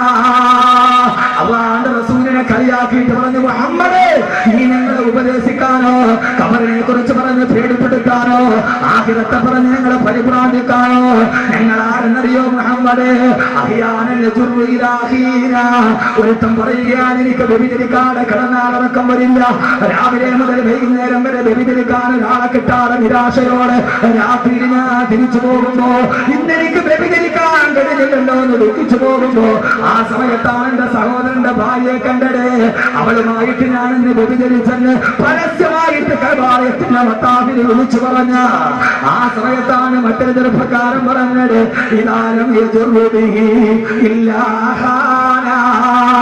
എന്റെ ജോലി വഴിയരികിലൂടെ നടന്നു പോകുന്ന ആളുകള് പാലക്കത്തിന്റെ പുറകിൽ ഒളിച്ചിരുന്നിട്ട് അവരെ പിടിച്ചു നിർത്തി തല കൊയ്തെടുക്കലാ. അങ്ങനെ ഒരു ദിവസം രാവിലെ മുതൽ വൈകുന്നേരം വരെ ഞാൻ എന്റെ ഇരയെ കാത്തിരുന്നു. അവസാനം ഒരാളെ പോലും കാണാതെ മൂവന്തി നേരമായപ്പോ കള്ളുഷാപ്പിൽ കൂട്ടുകാർ ഒരുമിച്ച് കൂടുന്ന നേരത്ത് ഒരു തുള്ളി പൈസ ഇല്ലാതെ എന്റെ വാളുടയിലോട്ടിടാൻ പോയപ്പോ ഇന്നൊരു രക്തത്തിന്റെ സ്പർശനമില്ലാതെ എന്റെ വാളുടയിലിടണമല്ലോ നോക്കിട്ട് ഉടയിലോട്ടിടാൻ പോയപ്പോഴാണ് എതിർഭാഗത്തൂടി ഒരു മനുഷ്യൻ വരുന്നത് കണ്ടത്. ആ മനുഷ്യൻ എന്റെ പിതാവായിരുന്നു. എന്റെ മുന്നിലൂടെ വന്ന പിതാവിനെ പിടിച്ചു നിർത്തിയിട്ട് അന്നൊരു ദിവസം എന്റെ വാളിന്റെ രക്തത്തിന്റെ മോഹം തീർക്കാൻ എന്റെ പിതാവിന്റെ കരുത്ത് ഞാൻ വെട്ടിയെറിഞ്ഞിട്ട് എന്റെ ഉപ്പയുടെ മനുഷ്യന്റെ പൈസ എടുത്തിട്ട് മദ്യപിച്ചെന്ന് കൈവാലയത്തിന്റെ മത്താഫിൽ നിന്നിട്ട് ലോകം ഇതേവരെ കേൾക്കാത്ത ക്രൂരത വിളിച്ചു പറഞ്ഞിട്ട് ഞങ്ങളാണ് വലിയവരെന്ന് അഭിമാനിച്ചിരുന്ന മക്കാ ഖുറൈശികളുടെ നേരെയാണ് ഖുർആനിലെ ഏറ്റവും പേടിപ്പെടുത്തുന്ന ആയത്തിറങ്ങിയത്. ഹബീബായ നബിക്ക് ആയത്തിറങ്ങി നബിയെ അവരോട് പറഞ്ഞു കൊടുക്ക നബിയെ, അൽഹാകുമുത് തകാസുർ ഹത്താ സുർതുൽ മകാബിർ കല്ലാ സൗഫ തഅലമൂന തുമ്മ കല്ലാ സൗഫ തഅലമൂൻ. അവരോട് ചോദിക്കുന്ന നബിയെ, ഏതുവരെയാണ് ഈ അഹങ്കാരം? ഏതുവരെയാണ് നിങ്ങളുടെ സമ്പത്ത്? ഏതുവരെയാണ് നിങ്ങളുടെ വാപ്പോര്? അൽഹാകുമുത് തകാസുർ, ഇത്ര അഹങ്കരിക്കാൻ നീ ആരടാ തമ്മാടി? ഹത്താ സുർതുൽ മകാബിർ, ഏതുവരെയാണ് നിന്റെ ഈ സമ്പത്ത് പ്രയോജനപ്പെടുക? ഏതുവരെയാണ് നിന്റെ അധികാരം പ്രയോജനപ്പെടുക? ഹത്താ സുർതുൽ മകാബിർ, പള്ളിക്കാട്ടിൽ കൊണ്ടുപോയി നിന്നെ അടക്കുന്നത് വരെ, പള്ളിക്കാട്ടിൽ കൊണ്ടുപോയി 100 കഫൻതുണിയിൽ പൊതിഞ്ഞിട്ട് നിന്നെ മരത്തിൽ കിടത്തുന്നത് വരെ, നിന്റെ മുകളിലേക്ക് മണ്ണ് വന്ന് വീടുന്നത് വരെ. സഹോദരങ്ങളെ, അവസാനിപ്പിക്കുകയാണ് ഞാൻ. ഖുർആനിൽ ഏറ്റവും പേടിപ്പെടുത്തുന്ന ആയത്തിറങ്ങിയത് ഇവിടെയാണ്. അത്ഭുതത്തിന്റെ മഹാത്ഭുതം, പരിവർത്തനത്തിന്റെ മഹാത്ഭുതം. സഹോദരങ്ങളെ, പരിശുദ്ധിയുടെ പര്യായമായി എടാ പള്ളിക്കാട്ടിൽ കൊണ്ടുപോയി അടക്കുന്നത് വരെയല്ലേയുള്ളൂ. പള്ളിക്കാട്ടിന് പോകില്ലേ സഹോദരങ്ങളെ? ഉച്ചനേനാക്ക പകരേ ये है कफन रो चुकी है सब मिलकर माँ बाप भाई बहन സാധാരണ കുളിച്ചിട്ടാണ് ഞാൻ വസ്ത്രം മാറ്റുന്നത്. ഇന്ന് കുളിക്കുന്നതിന് മുമ്പേ ഇവരെന്റെ വസ്ത്രമങ്ങ് മാറ്റിക്കളഞ്ഞു. എന്നെ കഫൻ തുണി പുറവിച്ചു. ഞാൻ നോക്കുന്നത് എന്താണ്? ഓ ചുക്കിയ സബ് മിൽക്കർ മാം ബാപ്പ് ഭായി ബഹൻ. എന്റെ ഭായി എന്റെ സഹോദരൻ, ബഹൻ എന്റെ സഹോദരി, മാമന്റെ ഉമ്മ, ബാപ്പന്റെ ബാപ്പ എന്റെ മയ്യത്തിന്റെ ചുറ്റുമിരുന്നിട്ട് പൊട്ടിക്കരയുന്നുണ്ട്. പൊന്നുമോനെ പോയല്ലോടാ, എന്റെ ഉമ്മ പൊട്ടിക്കരയുന്നുണ്ട്. കൺമണിയെ പോയല്ലോ. ക്ഷമവിട്ട ഉമ്മയും പൊന്നുമകനെ എന്നെ കൈവിട്ടു പോയോ കാണകന്നാ നിന്നെ. എന്റെ പൊന്നുമക്കൾ എന്നെ മയ്യത്തിന് കെട്ടിപ്പിടിച്ച് നിലവിളിക്കുന്നുണ്ട്. അരിമക്കിടാങ്ങൾ വാപ്പയെ വിളിക്കുന്നേ, കൈകെട്ടി മിണ്ടാണെന്നു നീ കിടക്കുന്നേ. എന്റെ 8 വയസ്സുകാരനും എന്റെ 5 വയസ്സുകാരനും കൊണ്ടുതീരാ കണ്ണ് കൊതി തീരാത്ത 5 മാസം പ്രായമുള്ള എന്റെ പൊന്നുമോള് എല്ലാവരും കരഞ്ഞ് പറയാതെ എന്റെ പയ്യത്തിന് കെട്ടിപ്പിടിച്ച് കരയുന്നുണ്ട്.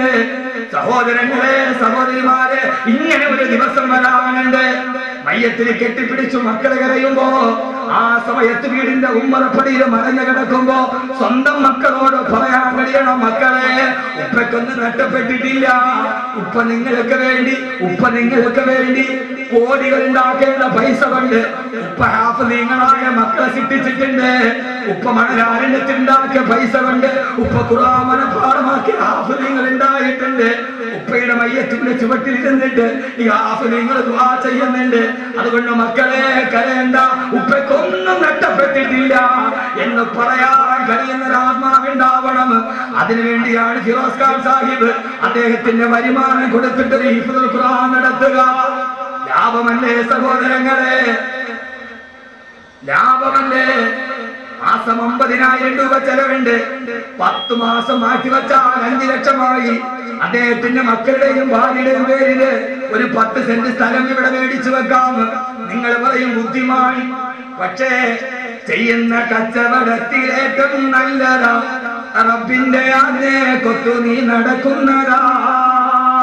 ഏറ്റവും നല്ല കച്ചവടം ഈ കച്ചവടമാണ്. കാരണം ഖബറിലേക്ക് പോകുന്ന സമയത്ത്, ആരില്ലാത്ത സമയത്ത്, ഖബറിന്റെ ആഴം സ്നേഹിതാ നീ നോക്ക്, അതിൽ നിന്നെ മെല്ലെ ഇറക്കലും ഒന്നോർക്ക്. പിടിമണ്ണ് മാറിയിട്ടു മീതായെന്നിട്ട് എല്ലാവരും പോയി. പിന്നെ ആണ്ടതിക്കൊരു പ്രാവശ്യമാണ് വാപ്പയുടെ ഖബർ കാണുക. പക്ഷേ യഹിയാൻ വലിയ ഭാഗ്യവാനാണ്. ഖബറിലിട്ടിട്ട് ആരും പറഞ്ഞില്ല. ഉപ്പയും സഹോദരങ്ങളും തിരിച്ചു വന്നു. കൂടപ്പറപ്പ് പോയി. കണ്ടു കൊതി തീർന്നില്ല, മിണ്ടിപ്പൂതി തീർന്നില്ല, ഭാര്യയ്ക്ക് കണ്ടനുഭൂതി തീർന്നില്ല. ഗർഭത്തെ ശിശുവായ സുൽത്താൻ എന്ന പൊന്നുമോൻ ഉപ്പയുടെ മുഖം കണ്ടില്ല. പക്ഷെ കാണാൻ കഴിയും സഹോദരങ്ങളെ, ആ പൊന്നുമോൻ ഉപ്പയെ കാണുന്നവരിലെന്നും ഖുർആൻ തന്നെ പറയുന്നുണ്ട്, വല്ലദീന ആമനൂ വത്തബഅതുഹും ദുരിയത്തുഹും ബിഈമാനിൻ അൽഹഖനാ ബിഹിം ദുരിയത്തുഹും വമാ ലത്നാഹും മിൻ അമലിഹിം മിൻ ശൈഇ കുല്ലു ഇംറിഇൻ ബിമാ കസബ റഹീൻ. സ്വർഗ്ഗത്തിന്റെ സ്വർണ്ണക്കട്ടിലിൽ വാപ്പയും ഉമ്മയും ദുരിയത്തുഹും അവരുടെ മക്കളും സ്വർണ്ണക്കട്ടിലിൽ നിൽക്കുമ്പോ ഉപ്പയുടെ മുഖം കാണാത്ത സുൽത്താൻ എന്ന മോൻ ഉപ്പയോട് പറയും, ഉപ്പ മരിച്ചതിന് ശേഷമുള്ള ദുനിയാവിലെ വിശേഷങ്ങളെന്ന് അല്ലാഹുവിന്റെ വിശുദ്ധ ഖുർആൻ. അല്ലാഹു അങ്ങനെ ഒരു കുടുംബമാക്കി തീർക്കട്ടെ. ഭാര്യയും മക്കളും വന്നു, ഉപ്പയും സഹോദരങ്ങളും വന്നു. സഹോദരൻ ഖബറിനുള്ളിലായി മീസാങ്കലിൽ വെച്ചു ആണ്ടലതിക്കല്ല. ഇനി ആ സ്വത്തിൽ നിന്ന് ആ മനുഷ്യനോ ഒരു പള്ളി വെച്ചിട്ട് ഫില്ലർ പൂർത്തിയാകുന്നതിന് മുമ്പെയാണ് ആ മനുഷ്യൻ ഖബറിലേക്ക് പോയത്. ആ മനുഷ്യനെ നഷ്ടപ്പെട്ടിട്ടില്ല. അയാൾ ലോകത്തിലെ ഏറ്റവും വലിയ ലാഭക്കച്ചവടം ചെയ്ത ആളാ. അവര് തീരുമാനിച്ചു, ഇനി എന്ത് വേണം, ഇനി എന്ത് വേണം, ഒരു ദറസ് നടത്തുക. കലൂർ അബ്ദുറഹീം ഉസ്താദിന്റെ അടുക്കൽ പോയി. ദറസ് നടത്താനുള്ള സ്ഥലമില്ല. അദ്ദേഹത്തിന്റെ ശിഷ്യൻ സഫീർ ഖാൻ മന്നാനെ വിളിച്ചു, ചുമതല ഏൽപ്പിച്ചു. 4 വർഷം കഴിഞ്ഞു. അവിടെ ഇരുന്നിട്ട് പിന്നീട് 24 മണിക്കൂർ ഖുർആനായി. മോനെ മറന്നില്ലല്ലോ, ഇതുപോലെ ജീവിത കാലമില്ലൊരു കൊണ്ട് കണ്ടിട്ടുമുണ്ടോ ഇതിനു മുമ്പും പണ്ട്. ആ ചെറിയ കുണ്ടിന്റെ ഉള്ളിൽ സ്വർഗത്തിന്റെ പുതപ്പ് പുതയ്ക്കാൻ തങ്ങളുടെ സഹോദരന് വേണ്ടി, ഭർത്താവിന് വേണ്ടി, മകന് വേണ്ടി ഒരു കുടുംബം അർപ്പിച്ചു. ആ അർപ്പിച്ച അർപ്പണമാണ് മെമ്മോറിയൽ ഹിഫ്ദുൽ ഖുർആൻ. അല്ലാഹു അതിനെ സ്വീകരിക്കട്ടെ, അല്ലാഹു അതിനെ സ്വീകരിക്കട്ടെ. ആ മനുഷ്യൻ കബറിൽ കിടക്കുമ്പോ ഒരു വെളിച്ചം വരും. ഈ വെളിച്ചമേതാ? അന സാഹിബുക്കൽ ഖുർആൻ, ഞാൻ എന്റെ കൂട്ടുകാരനായ ഖുർആനാണെന്ന് കബറിൽ അത് വിളിച്ചു പറയുമെന്ന് വിശുദ്ധനായ നബി മുഹമ്മദ് മുസ്തഫ. നഷ്ടമല്ല ഇതിൽ വലിയൊരു ലാഭം ലോകത്ത് ചെയ്യാൻ. ആ മരിച്ച സഹോദരങ്ങളെ, ആ മനുഷ്യൻ മരിച്ചിട്ടില്ല. കാണുന്ന മനുഷ്യന്റെ ശരീരമാണ് കബറിനുള്ളിൽ പോയത്. റൂഹിലാണ്. ഏഴാം ആകാശത്തിന്റെ മുകളിലിരുന്ന് ആ റൂഹിന്റെ ശക്തി കൊണ്ട് കാണുന്നുണ്ട് ഈ സദസ്സ്. ഉറപ്പാണ്, ഉറപ്പാണ്, ഉറപ്പാണ്.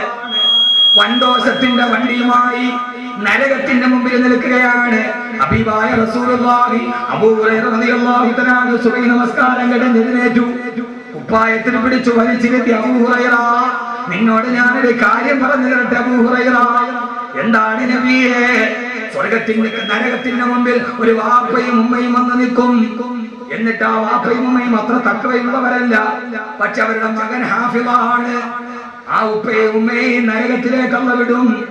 ഈ മകൻ പക്ഷേ സ്വർഗത്തിന് പോവില്ല. അവൻ ഹാഫിളാണ്, സ്വർഗത്തിന് പോവില്ല. മലക്കുകൾ ചോദിക്കും, നീ എന്താ സ്വർഗത്തിന് പോകാത്തതെന്താ? ഞാൻ പോവില്ല, എന്റെ ഉപ്പയും ഉമ്മയും നരകത്തിലേക്ക് നിൽക്കുകയാണ്. ആ സമയത്ത് ഹാഫിളായ പൊന്നുമോൻ നരകത്തിന്റെ മുമ്പിലുള്ള പടിയിൽ ഇങ്ങനെ കറങ്ങി നടക്കും. എന്നിട്ട് അവന്റെ ഉപ്പയുടെ ഉമ്മയുടെ കയ്യിൽ പിടിച്ച് അവൻ സ്വർഗത്തിലേക്ക് വലിച്ചിടും. അല്ലാഹുവേ, ഇവരാണ് എന്നെ ഹാഫിളാക്കിയത്, ഈ ഉമ്മയാണ് എന്നെ ഹാഫിളാക്കിയത്, ഇവരാണ് എന്നെ ഹാഫിളാക്കാൻ വിട്ടത്. അവരില്ലാതെ ഞാൻ പോകില്ല റബ്ബേ. ഒരു ഹാഫിളിന് 40 പേരെ സ്വർഗത്തിലേക്ക് ശുപാർശ ചെയ്യാം. അതൊന്ന് എന്റെ ഉപ്പയാണ്, രണ്ടാമത് എന്റെ ഉമ്മയാന്ന് പറഞ്ഞ് കൈ പിടിച്ച് സ്വർഗത്തിലേക്ക് വലിച്ചിട്ടിട്ടേ ആ മക്കള് സ്വർഗത്തിലേക്ക് പോകും. അബൂ ഹുറൈറ, ഏതുപോലെ എഴുന്നേറ്റ് പോയ നിന്നെ ഞാൻ കുപ്പായത്തിൽ പിടിച്ചു തിരിച്ചതുപോലെ എന്ന് നബി മുഹമ്മദ് മുസ്തഫ. അല്ലാഹു തൗഫീഖ് നൽകട്ടെ. തീർന്നില്ല. ഒരു ചാണ്ടുകളിൽ സൂര്യൻ, താഴെ ചെമ്പിന്റെ തല. ഹിസാബിന് വേണ്ടി കിടന്നിട്ട് പിടയുകയാണ്. അമ്പിയാക്കളുടെ പുറകെ ഓടുകയാണ്. ആ സമയത്ത് ആകാശത്ത് ലോകത്തുള്ള കോടാന് ജനങ്ങൾ ഹിസാബിൽ കിടന്ന് വല്ലാതെ തീച്ചുളയിൽ വെന്തുരുകുമ്പോ സ്വർഗത്തിന്റെ മുകൾ ഭാഗത്തൊരു മിസ്കിന്റെ കുന്നിണ്ടത്രേ. ആ മിസ്കിന്റെ കുന്നിലിരുന്നിട്ട് ആ കുന്നിലൊരു ചെറിയ വൃക്ഷമുണ്ട്. ഇസ്മുഹു തൂബ. ആ വൃക്ഷത്തിന്റെ പേര് തൂബ എന്നാണ്. തൂബ വൃക്ഷത്തിന്റെ ചുവട്ടിൽ കുറെ കുട്ടികളും കുറെ മുതിർന്നവരും ഇരുന്ന് സ്വകാര്യം പറയും, പൊട്ടിച്ചിരിക്കും. അവർക്ക് ഹിസാബില്ല. ബാക്കിയുള്ളവരൊക്കെ ഹിസാബിൽ നിൽക്കുകയാണ്. താഴെ നിൽക്കുന്ന ആളുകളുടെ മുകളിൽ സ്വർഗത്തിന്റെ മിസ്കിന്റെ കുന്നിലിരിക്കുന്ന അവരോട് ചോദിക്കും, നിങ്ങളാരാ? നിങ്ങൾക്ക് ഹിസാബില്ലല്ലോ, നിങ്ങളാരാ സ്വർഗത്തിന്റെ കുന്നിലിരിക്കുന്നവരാരാ? ആ സമയത്ത് അവര് പറയും, ഞങ്ങളാരെന്നറിയോ?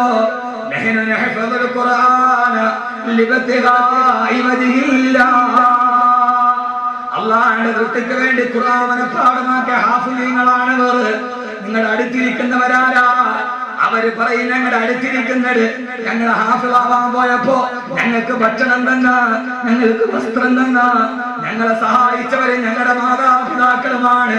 ഇൻഷാ അല്ലാഹ് കാവുകളെ കുടുംബത്തിന് സ്വർഗത്തിന്റെ ഈ തൂബാ വൃക്ഷത്തിന്റെ ചുവട്ടിൽ ഇരിക്കാനുള്ള ഒരു വസീലയായി ഈ സ്ഥാപനത്തെ അല്ലാഹു മാറ്റുമാറാകട്ടെ.